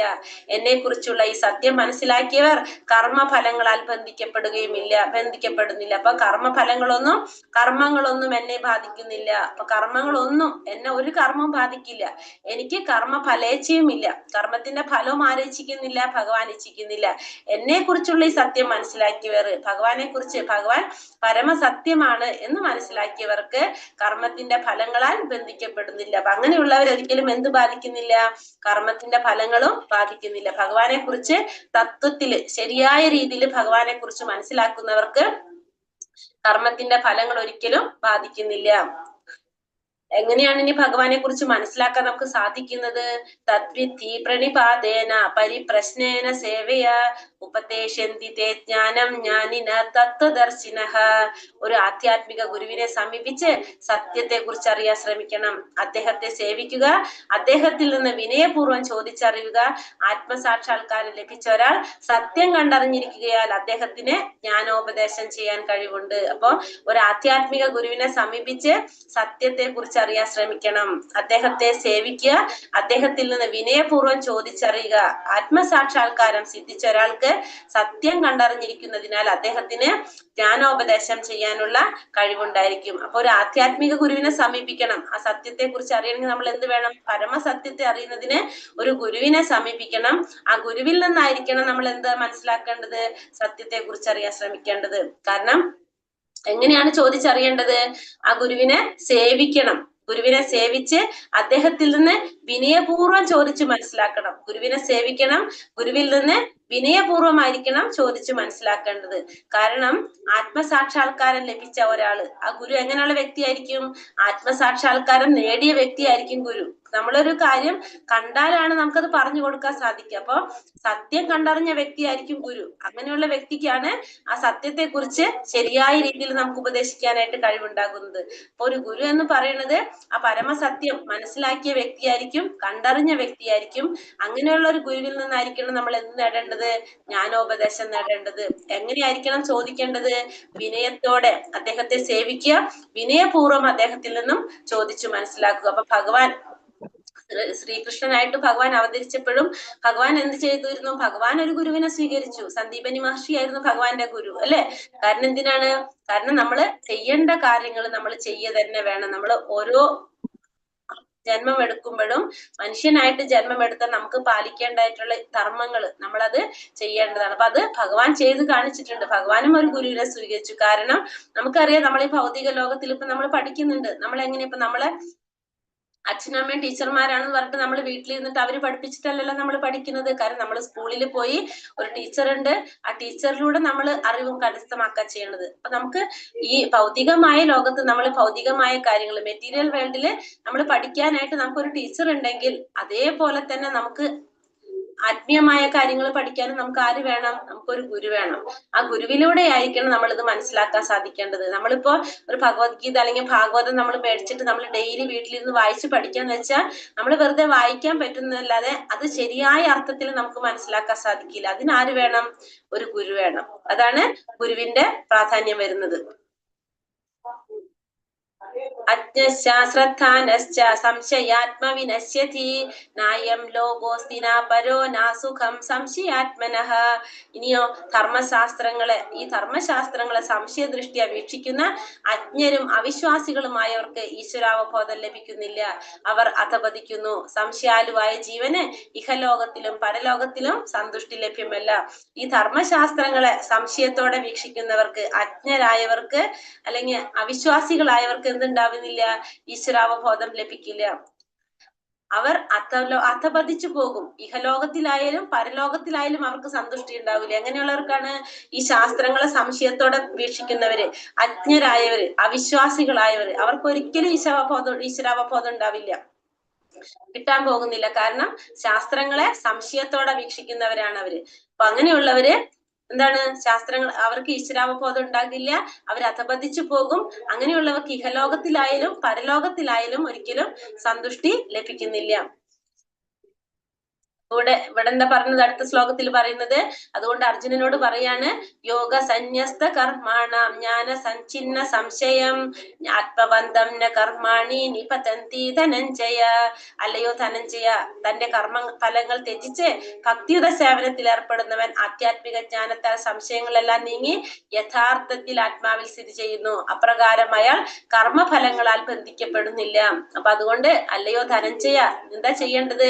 തന്റെ കർമ്മഫലങ്ങളെല്ലാം ത്യജിച്ച്, കർമ്മത്തിന്റെ ഫലങ്ങളെല്ലാം ത്യജിച്ച് ഭക്തിയുടെ സേവനത്തിൽ ഏർപ്പെട്ടുന്നവൻ, ഭക്തിയുടെ സേവനം ചെയ്തുകൊണ്ടിരിക്കുക, ഭഗവാന് സേവനം ചെയ്തുകൊണ്ടിരിക്കുന്നവന് ആധ്യാത്മിക ജ്ഞാനത്താൽ നമുക്ക് ആധ്യാത്മിക ജ്ഞാനം നേടി നമ്മുടെ സംശയങ്ങളെല്ലാം നീങ്ങി യഥാർത്ഥത്തിൽ ആത്മാവിൽ സ്ഥിതി ചെയ്യുന്നു. അതായത് പരമാത്മാവുമായിട്ട് ബന്ധിപ്പിക്കാനായിട്ട് സാധിക്കും. അങ്ങനെ ചെയ്യുന്ന ഒരു വ്യക്തിക്ക് എന്താണ്? കർമ്മത്തിന്റെ ഫലങ്ങളൊന്നും ആ വ്യക്തി ഒരിക്കലും ബാധിക്കുന്നില്ല. തസ്മാദജ്ഞാന സംഭൂതം ഹൃദസ്ഥം ജ്ഞാനാസിനാത്മനഃ ചിത്വൈനം സംശയം യോഗമാതിഷ്ഠോതിഷ്ഠ ഭാരത. അങ്ങനെ അജ്ഞാനത്താൽ നിനക്കുണ്ടായ സംശയങ്ങളെ ജ്ഞാനത്തിന്റെ വാളുകൊണ്ട് അറുത്ത് യോഗാനിഷ്ഠനായി എഴുന്നേൽക്കൂ ഭാരത, യുദ്ധം ചെയ്യൂ. എന്നിട്ട് ഭഗവാൻ അർജുനനോട് പറയാണ്, അങ്ങനെ നീ എന്ത് ചെയ്യണം? അജ്ഞാനം കൊണ്ട് നിനക്കുണ്ടായ സംശയങ്ങള് നീ എന്ത് ചെയ്യാ? ജ്ഞാനത്തിന്റെ വാളുകൊണ്ട് അറുക്കുക. അങ്ങനെ അറുത്ത് യോഗാനിഷ്ഠനായിട്ട് എഴുന്നേറ്റ് യുദ്ധം ചെയ്യൂ ഭാരത എന്ന് പറഞ്ഞ അർജുനനോട് പറഞ്ഞ ഭാരതവംശത്തില് ഭാരതകുലത്തിൽ പിറന്നവനായതുകൊണ്ടാണ് അർജുനനെ ഭാരത എന്ന് വിളിക്കുന്നത്. അർജുനനോട് പറയാണ്, നീ എഴുന്നേറ്റ് യുദ്ധം ചെയ്യൂ, നിന്റെ അജ്ഞാനം കൊണ്ട് നിനക്കുണ്ടായ സംശയങ്ങളെല്ലാം മാറ്റാം. എങ്ങനെ? ജ്ഞാനത്തിന്റെ വാളുകൊണ്ട് അറുത്തുകൊണ്ട് ഈ യോഗാനിഷ്ഠനായിട്ട് എഴുന്നേറ്റ് യുദ്ധം ചെയ്യൂ ഭാരത എന്നാണ് ഇവിടെ അർജുനനോട് ഭഗവാൻ പറയുന്നത്. ഹരേ കൃഷ്ണ കൃഷ്ണ കൃഷ്ണ ഹരേ ഹരേ, ഹരേ രാമ രാമ രാമ ഹരേ ഹരേ. പഞ്ചാകൽപതരൂപശ്ച കൃപാ സിന്ധോഭ്യേവച പതിതാനാം പാവനേഭ്യോ വൈഷ്ണവേഭ്യോ നമോ നമഃ. അനന്ത കോടി വൈഷ്ണവൃന്ദി की जय, श्रील प्रभुपाद की जय, गुरुदेव की जय, निताय गौर ब्रह्मानंदे हरि हरि बोल. हरे കൃഷ്ണ. വേഗം കഴിഞ്ഞു അധ്യായം. അതീന്ദ്രിയജ്ഞാനം അറിഞ്ഞില്ല. നല്ല അധ്യായമാണ് അല്ലേ?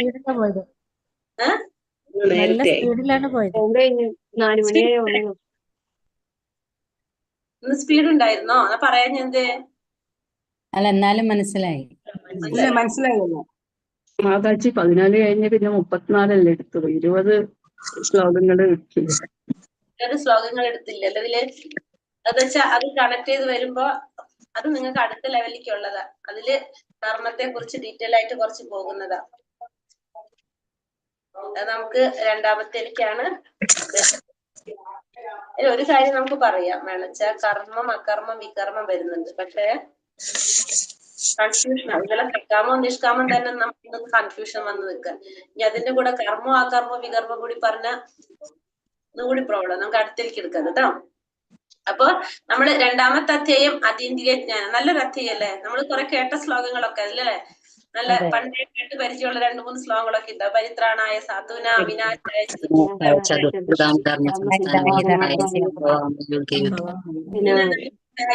ധർമ്മസ്യ. അതാണ് ഏറ്റവും ആ ശ്ലോകങ്ങളൊക്കെ നല്ല ശ്ലോകങ്ങളാണ്. പിന്നെ നമുക്ക് ക്വസ്റ്റ്യൻ ആൻസർ നോക്കാം. അപ്പൊ എന്തെങ്കിലും ഉണ്ടെങ്കിൽ അപ്പൊ അതിൽ കൂടെ നമുക്ക് പറഞ്ഞു പോകാം. മാതാജി 2 വൃക്ഷങ്ങളെ പറ്റി പറഞ്ഞില്ലേ? ശാപമോക്ഷം കിട്ടും. വൃക്ഷങ്ങളുടെ പേര് പറഞ്ഞു. വൃക്ഷങ്ങളുടെ ഒരു മിനിറ്റ്, ഞാനൊന്ന് മ്യൂട്ടാക്കിക്കോട്ടെ.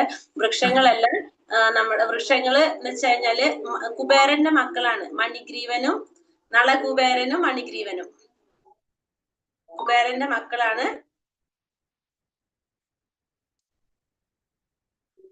മണിഗ്രീവനും നളകുബേരനും മണിഗ്രീവനും. കുബേരൻ എന്ന് വെച്ചിട്ടുണ്ടെങ്കിൽ എന്താണ്? ധനം സൂക്ഷിപ്പുകാരനാണ്, ഭണ്ഡാര സൂക്ഷിപ്പുകാരനാണ് ദേവന്മാരുടെ. അപ്പൊ ഭയങ്കര അഹങ്കാരായി 2 മക്കൾക്കും. അച്ഛൻ ഖജനാവ് സൂക്ഷിപ്പുകാരനല്ല, ഖജനാവിന്റെ.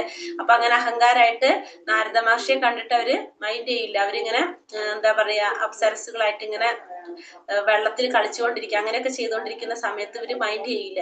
അങ്ങനെയാണ് ഇവരെ വൃക്ഷം. ഇന്നലെ നമ്മൾ പറഞ്ഞില്ലേ, വൃക്ഷം എന്ന് പറഞ്ഞാൽ എന്താണ്? ഏറ്റവും കൂടുതൽ കാമം ആവരണം ചെയ്തിരിക്കുന്നത് എന്തിലാണ്? വൃക്ഷത്തിലാണ്. നമ്മൾ ഇന്നലെ കേട്ടില്ലേ? നമ്മൾ ഇന്നലത്തെ ക്ലാസ്സിലല്ലേ നമ്മൾ പറഞ്ഞത് അത്?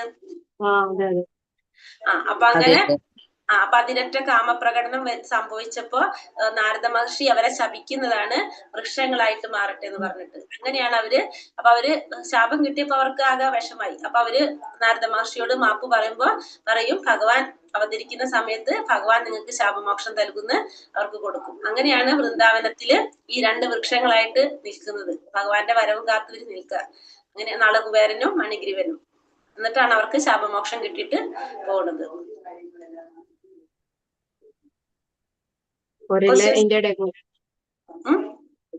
ഒരലില് വിരിക്കുമ്പോഴല്ലേ ആ 2 മരത്തിന്റെ ഇടയിൽ കൂടെ. അതെ അതെ അതെ, ഒരല്. ആ ദാമോദര മാസം എന്ന് പറഞ്ഞാല് വളരെ പ്രധാനപ്പെട്ട ഭഗവാൻ വിശേഷപ്പെട്ട ഒരു മാസമാണ് ദാമോദര മാസം. ദാമോദര മാസം, കാർത്തിക മാസം എന്ന് പറയും ദാമോദര. ആ മാസത്തില് എന്ത് ചെയ്താലും 1000 മടങ്ങ് ഫലാണ്. നല്ലത് ചെയ്താൽ 1000 മടങ്ങാണ്, ചീത്ത ചെയ്താൽ 1000 മടങ്ങാണ്. അപ്പൊ ആ സമയത്ത് ഇപ്പൊ നമ്മൾ ഒരു വിളക്ക് കാണിച്ച 1000 വിളക്കിന് തുല്യാണ്.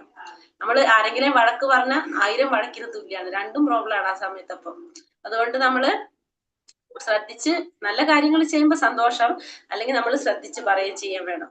അത് ദാമോദര മാസം സാധാരണ സെപ്റ്റംബർ ഒക്ടോബർ മാസത്തിലാണ് വരുന്നത്. അപ്പൊ ആ സമയത്ത് അതാണ് കേട്ടോ. നമുക്ക് പറയാം. എന്തായാലും നിങ്ങൾ ഉണ്ടാവും. 18 ദിവസം കൊണ്ട് നിർത്തി പോവും എല്ലാവരും. 4 ദിവസം കൊണ്ട്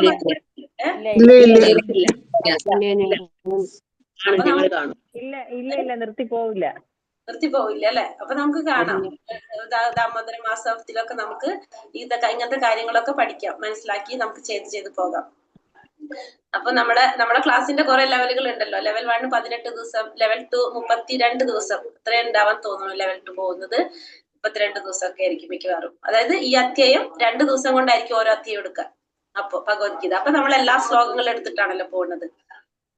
അങ്ങനെ പിന്നെ വന്നിട്ട് ലെവൽ 3 ക്ലാസ്, അങ്ങനെ കോഴ്സ് നടന്നുകൊണ്ടേയിരിക്കും. അർജുനന് മുമ്പ് ഭഗവാൻ ആർക്കാണ് ഭഗവത്ഗീത പറഞ്ഞു കൊടുത്തത്? സൂര്യൻ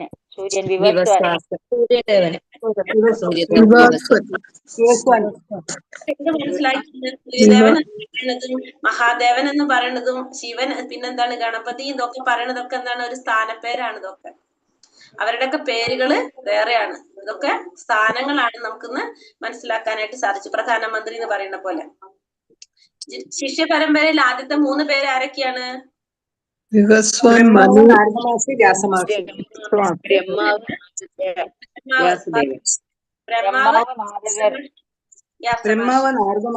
വ്യാസമഹർഷി. അർജുനൻ എന്തുകൊണ്ടാണ് ഭഗവാൻ ഭഗവത്ഗീത ഉപദേശിച്ചു കൊടുത്തത്? നീ എന്റെ ഭക്തനാണ്, മിത്രമാണ്, നിനക്ക് കഴിവുണ്ട്. മിത്രവുമാണ് അല്ലെ? അതുകൊണ്ടാണ് ഭഗവാൻ അർജുനന് ഭഗവത്ഗീത ഉപദേശിച്ചു കൊടുത്തത്. വിവസ്വാന് ഭഗവത്ഗീത ഉപദേശിച്ചത് എങ്ങനെ എന്ന അർജുനന്റെ ചോദ്യത്തിന് ഭഗവാൻ നൽകുന്ന മറുപടി എന്തായിരുന്നു? എനിക്ക് നിനക്കും കുറെ ജന്മങ്ങൾ കഴിഞ്ഞിരിക്കുന്നു. എനിക്ക് ഓർമ്മയുണ്ടായി, നിനക്ക് ഓർക്കാൻ സാധ്യത. നമുക്ക് രണ്ടുപേർക്കും കുറെ ജന്മങ്ങളൊക്കെ കഴിഞ്ഞു പോയി. പക്ഷെ നിനക്ക് അതൊന്നും ഓർക്കാൻ സാധിക്കുന്നില്ല, എനിക്ക് അതെല്ലാം ഓർക്കാൻ സാധിക്കുന്നുണ്ട്. ഇപ്പൊ നമുക്ക് നന്നായി അങ്ങനെ ഓർക്കാൻ പറ്റാത്തത്, നമ്മൾ ഓർത്താലുള്ള അവസ്ഥ ആലോചിച്ച് നമ്മൾ കഴിഞ്ഞ ജന്മത്തിൽ നമ്മളിപ്പോ മനുഷ്യനല്ലാന്ന് വിചാരിക്കും. നമ്മൾ വല്ല പൂച്ചയെ. ഒരു മിനിറ്റ്, ഞാനൊന്ന് മ്യൂട്ട് ചെയ്തോട്ടെ. കഴിഞ്ഞ ജന്മത്തില് കുറെ ജന്മങ്ങൾ, 84 ലക്ഷം ജീവാത്മാക്കൾ ഉണ്ട് അല്ലെ? എത്രയോ ജന്മങ്ങൾക്ക് ശേഷമായിരിക്കും നമുക്ക് മനുഷ്യജന്മം കിട്ടിയിട്ടുണ്ടാവുക. നമുക്കിപ്പോ കഴിഞ്ഞ ജന്മങ്ങളിലെ കാര്യങ്ങളൊക്കെ ഓർക്കാൻ സാധിക്കുകയാണെങ്കിൽ ചിലപ്പോ നമ്മൾ കഴിഞ്ഞ ജന്മത്തിൽ വല്ല പൂച്ചയാണെന്ന് വിചാരിക്കും, അല്ലെങ്കിൽ വല്ല പക്ഷിയോ പാമ്പോ അങ്ങനാണെന്ന് വിചാരിക്കും. പാമ്പായാലും കുഴപ്പം വിചാരിക്കും. ഇവർക്കൊക്കെ നമുക്കൊക്കെ ഓരോ കുടുംബം ഉണ്ടാവും. അപ്പൊ അല്ലെ, ഈ മനുഷ്യന് നമ്മളെ ഇപ്പോഴത്തെ കുടുംബം പോലെ അച്ഛനും അമ്മയും മക്കളും ഒക്കെ ഉള്ള പോലെ ഈ പാമ്പിനൊരു ഫാമിലി ഉണ്ടാവും, പൂച്ചയ്ക്ക് ഒരു ഫാമിലി ഉണ്ടാവും. അപ്പൊ നമുക്ക് ഇതൊക്കെ മനസ്സിലാവുകയാണെങ്കിൽ നമ്മളെ അവസ്ഥ എന്താണ്? നന്നായില്ലേ ഭഗവാൻ അതൊന്നും തരാത്ത നമുക്ക് ഓർക്കാനായിട്ട്? കഴിഞ്ഞ ജന്മത്തില് നിങ്ങൾക്ക് മനസ്സിലായില്ലേ ഞാൻ പറഞ്ഞത്? ആർക്കും ഒരു എക്സ്പ്രഷൻ ഇല്ല. ഭയാനകമാണ് അല്ലേ? പാമ്പങ്ങനായ പെട്ടു. നമ്മളെ വീട്ടില് നമ്മളെ കുടുംബമാണ്, നമുക്ക് ഒഴിവാക്കാനും പറ്റില്ല. കാരണം നമ്മൾ കഴിഞ്ഞ ജന്മത്തിൽ നമ്മുടെ പാമ്പല്ലായിരുന്നു എന്ന് വിചാരിച്ചാല് കഴിഞ്ഞു അല്ലേ? അപ്പൊ നന്നായിട്ട് നമുക്ക് അങ്ങനത്തെ ഓർമ്മ പറയാൻ തരാറുണ്ട്. ഭഗവാൻ തന്റെ അവതാരത്തെ പറ്റി പറയുന്ന ശ്ലോകം എന്താണ്? ഏതാണ്? 6-ാമത്തെ അധ്യായം. 6-ാമത്തെ അധ്യായം. 4-ാമത്തെ ഏതാണ് ഭഗവാൻ പറഞ്ഞത്? 6-ാമത്തെ ശ്ലോകം. 6-ാമത്തെ ശ്ലോകല്ലേ? എനിക്ക് പിറവിയില്ല, എന്റെ അതീന്ദ്രിയമായ ശരീരത്തിൽ നാശം നേരിടുന്നില്ല, എല്ലാ ജീവജാലങ്ങളുടെയും അധിപതിയാണ് ഞാൻ, എന്നിരിക്കലും യുഗം തോറും ഞാൻ അവതരിക്കുന്നു അല്ലെ? എപ്പോഴാണ് ഭഗവാൻ അവതരിക്കുന്നത്?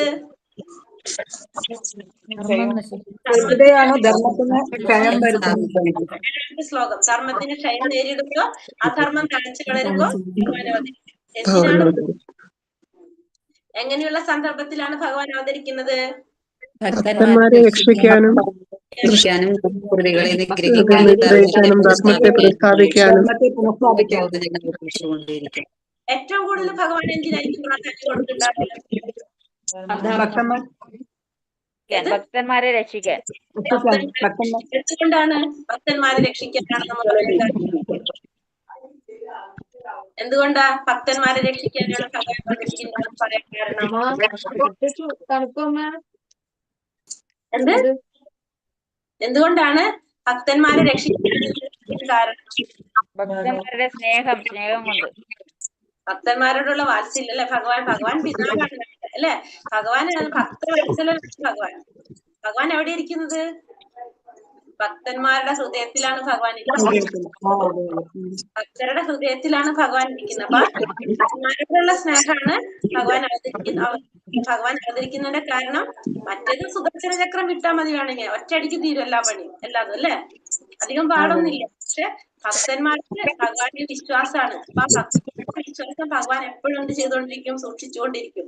അപ്പൊ ഭക്തന്മാരോടുള്ള ഒരു സ്നേഹം വാത്സല്യം കൊണ്ടാണ് ഭഗവാൻ അവതരിക്കുന്നത്. എങ്ങനെയുള്ള സന്ദർഭത്തിലാണെന്ന് പറഞ്ഞില്ല നമ്മള്. കലിയുഗത്തിലെ ഭഗവാന്റെ രഹസ്യ അവതാരം ആരാണ്? ചൈതന്യ പ്രഭുവാണ്. രഹസ്യാവതാരം ചൈതന്യ മഹാപ്രഭുവാണ്. കലിയുഗത്തിലെ അവതാരം വരാനുള്ളത് കൽക്കിയാണ്. പക്ഷെ രഹസ്യാവതാരം കലിയുഗത്തിലെ ഭഗവാന്റെ രഹസ്യാവതാരം ചൈതന്യ. രഹസ്യാവതാരം ചോദിച്ച ചൈതന്യ മഹാപ്രഭു ആട്ടോ. രഹസ്യാവതാരം ചൈതന്യ മഹാപ്രഭു ആണ്. കൽക്കി അവതാരം എന്താണ്? ശരിക്കും ഭഗവാന്റെ വരാനുള്ള ഒരു അവതാരമാണ്. ഇപ്പൊ ശ്രീരാമ സ്വാമി വന്ന പോലെ, ഭഗവാൻ ശ്രീകൃഷ്ണനായിട്ട് സ്വയം അവതരിച്ച പോലെ കൽക്കി അവതാരം ഭഗവാന് വരാനുള്ളതാണ്. അത് എവിടെ, എപ്പോ, എങ്ങനെയാന്നൊക്കെ പറഞ്ഞിട്ടുണ്ട്. അതൊക്കെ ശാസ്ത്രത്തിൽ കറക്റ്റ് ആയിട്ട് പറഞ്ഞിട്ടുണ്ട്. പക്ഷെ ഇത് രഹസ്യ അവതാരമാണ്. ഇത് പല സ്ഥലത്തും സൂചന മാത്രമേ കൊടുത്തിട്ടുള്ളൂ, ഡയറക്റ്റ് കൊടുത്തിട്ടില്ല. ശാസ്ത്രങ്ങളില് സൂചനകളാ കൊടുത്തിട്ടുള്ളത്. ഓരോന്നിങ്ങനെ ഇന്ന കളറിലായിരിക്കും, ഇന്ന ഇതിലായിരിക്കും എന്നൊക്കെ ഇങ്ങനെ പല പല സൂചനകളാ കൊടുത്തിട്ടുള്ളത്. അതുകൊണ്ട് രഹസ്യാവതാരം ആരാണ്? ചൈതന്യ മഹാപ്രഭു.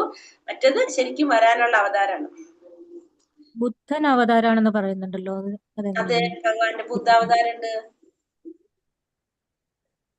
ബുദ്ധാവതാരം ഉണ്ട് ഭഗവാന്റെ കേട്ടോ. ബുദ്ധനായിട്ടും ഭഗവാൻ കലിയുഗത്തില് ബുദ്ധാവതാരം കഴിഞ്ഞു പോയി മാതാജി. കലിയുഗത്തില് ബുദ്ധന്റെ അവതാരം വന്നു. ബുദ്ധാവതാരം കഴിഞ്ഞു പോയിട്ട് 2500 വർഷങ്ങൾക്ക് മുന്നേ ബുദ്ധനായിട്ട് ഭഗവാൻ അവതരിച്ചു. അത് കഴിഞ്ഞു വന്നു. പിന്നെ ശ്രീരാമകൃഷ്ണ പരമഹംസർ അവതാരമാണ്. അത് പറഞ്ഞിട്ടില്ല, ഇല്ല. ഭാഗവതത്തിലുണ്ട് ഭഗവാന്റെ അവതാരങ്ങളെ കുറിച്ച്. ഭാഗവതത്തില് 24 അവതാരങ്ങളാണെന്ന് തോന്നുന്നു. ഭാഗവതത്തിൽ കറക്റ്റ് ആയിട്ട് പറഞ്ഞു പോയിട്ടുണ്ട് ഓരോരോ അവതാരങ്ങൾ. നമ്മളെ നിങ്ങൾ കയറാൻ പറ്റുന്നവര് കയറിക്കോളൂ. അപ്പൊ ഞാൻ ആ ഭാഗവതത്തിന്റെ 3-ാമത്തെ അധ്യായത്തിലാന്ന് തോന്നുന്നുണ്ട് ഭഗവാന്റെ അവതാരങ്ങളെ കുറിച്ച്. ഇന്ന് മംഗളാരതിയിൽ കയറിയിരുന്നു ആരെങ്കിലും? ഞാൻ പറയാൻ നിൽക്കായിരുന്നു. ഞാൻ കണ്ടു മംഗളാരതി. ഇഷ്ടായോ? കണ്ടിരുന്നു. നന്നായിരുന്നു. ഇഷ്ടായോ? ഇഷ്ടായി. പക്ഷെ പാട്ടൊന്നും ശരിക്കും അറിഞ്ഞുകൂടാ. അത് പഠിക്കാം. നമുക്ക് കീർത്തനം ഗ്രൂപ്പ് ഉണ്ട്, നമുക്കത് പഠിക്കാം പാട്ട് കേട്ടോ. മാതാജി ശ്ലോകാസ് പഠിക്കുന്ന ഗ്രൂപ്പില് അതിന്റെ ലിങ്ക് കൊടുത്തോളൂ മാതാജി. മിനി മാതാജി കൊടുക്കാം. ലിങ്ക് ഇട്ടോളൂ ഗ്രൂപ്പിൽ കേട്ടോ. അഡ്മിൻ ഗ്രൂപ്പിൽ ഒന്ന് ഇട്ടോളൂ കേട്ടോ മാതാജി. അത് അപ്പൊ 4 വർണ്ണങ്ങൾ ഇത് കഴിഞ്ഞിട്ട് നമുക്ക് പറയട്ടെ ഇനി അതിനെ പറ്റിയിട്ട്. 4 വർണ്ണങ്ങൾ ഏതൊക്കെയാണ്? ബ്രാഹ്മണ, ക്ഷത്രിയർ, വൈശ്യർ, ശൂദ്രർ. ഇതിന്റെ അടിസ്ഥാനത്തിൽ അത് സൃഷ്ടിച്ചത് ഭഗവാൻ ഗുണകർമ്മത്തിന്റെയും കർമ്മത്തിന്റെയും അടിസ്ഥാനത്തിൽ. 34-ാമത്തെ ശ്ലോകത്തിൽ എന്താ പറയുന്നത്? ഗുരുവിന്റെ പ്രാധാന്യം. ആധ്യാത്മിക ഗുരുവിനെ സമീപിച്ച് ജ്ഞാനോപദേശം സ്വീകരിക്കുക. ഒരു ഗുരുവിൽ നിന്ന് ഉപദേശം സ്വീകരിക്കേണ്ടതിനെ കുറിച്ചാണ്. സേവയിലൂടെ സത്യം മനസ്സിലാക്കുക.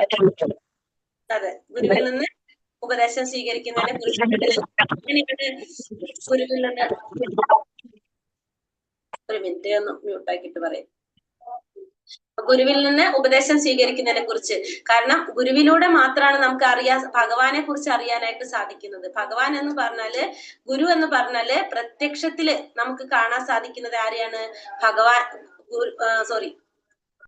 ഗുരു എന്ന് പറയുന്നത് പ്രത്യക്ഷത്തിൽ നമ്മൾ കാണുന്ന ഭഗവാനാണ് ഗുരു. അപ്പൊ ഗുരുവിലൂടെയാണ് നമുക്ക് ഭഗവാനെ കുറിച്ച് മനസ്സിലാക്കാനായിട്ട് സാധിക്കുന്നത്. അപ്പൊ അത് നമ്മൾ എന്ത് ചെയ്യണം? നമുക്ക് ഈ ആത്മീയമായിട്ടുള്ള കാര്യങ്ങള് ഗുരുവിലൂടെ വേണം നമ്മൾ മനസ്സിലാക്കാനായിട്ട്. പക്ഷെ ആ ഗുരു എങ്ങനെയായിരിക്കും? ആ സത്യം കണ്ടറിഞ്ഞ വ്യക്തിയായിരിക്കും. ആ കണ്ടറിഞ്ഞ വ്യക്തിക്കാണ് അത് മനസ്സിലാക്കി തരാനായിട്ട് സാധിക്കുന്നത്.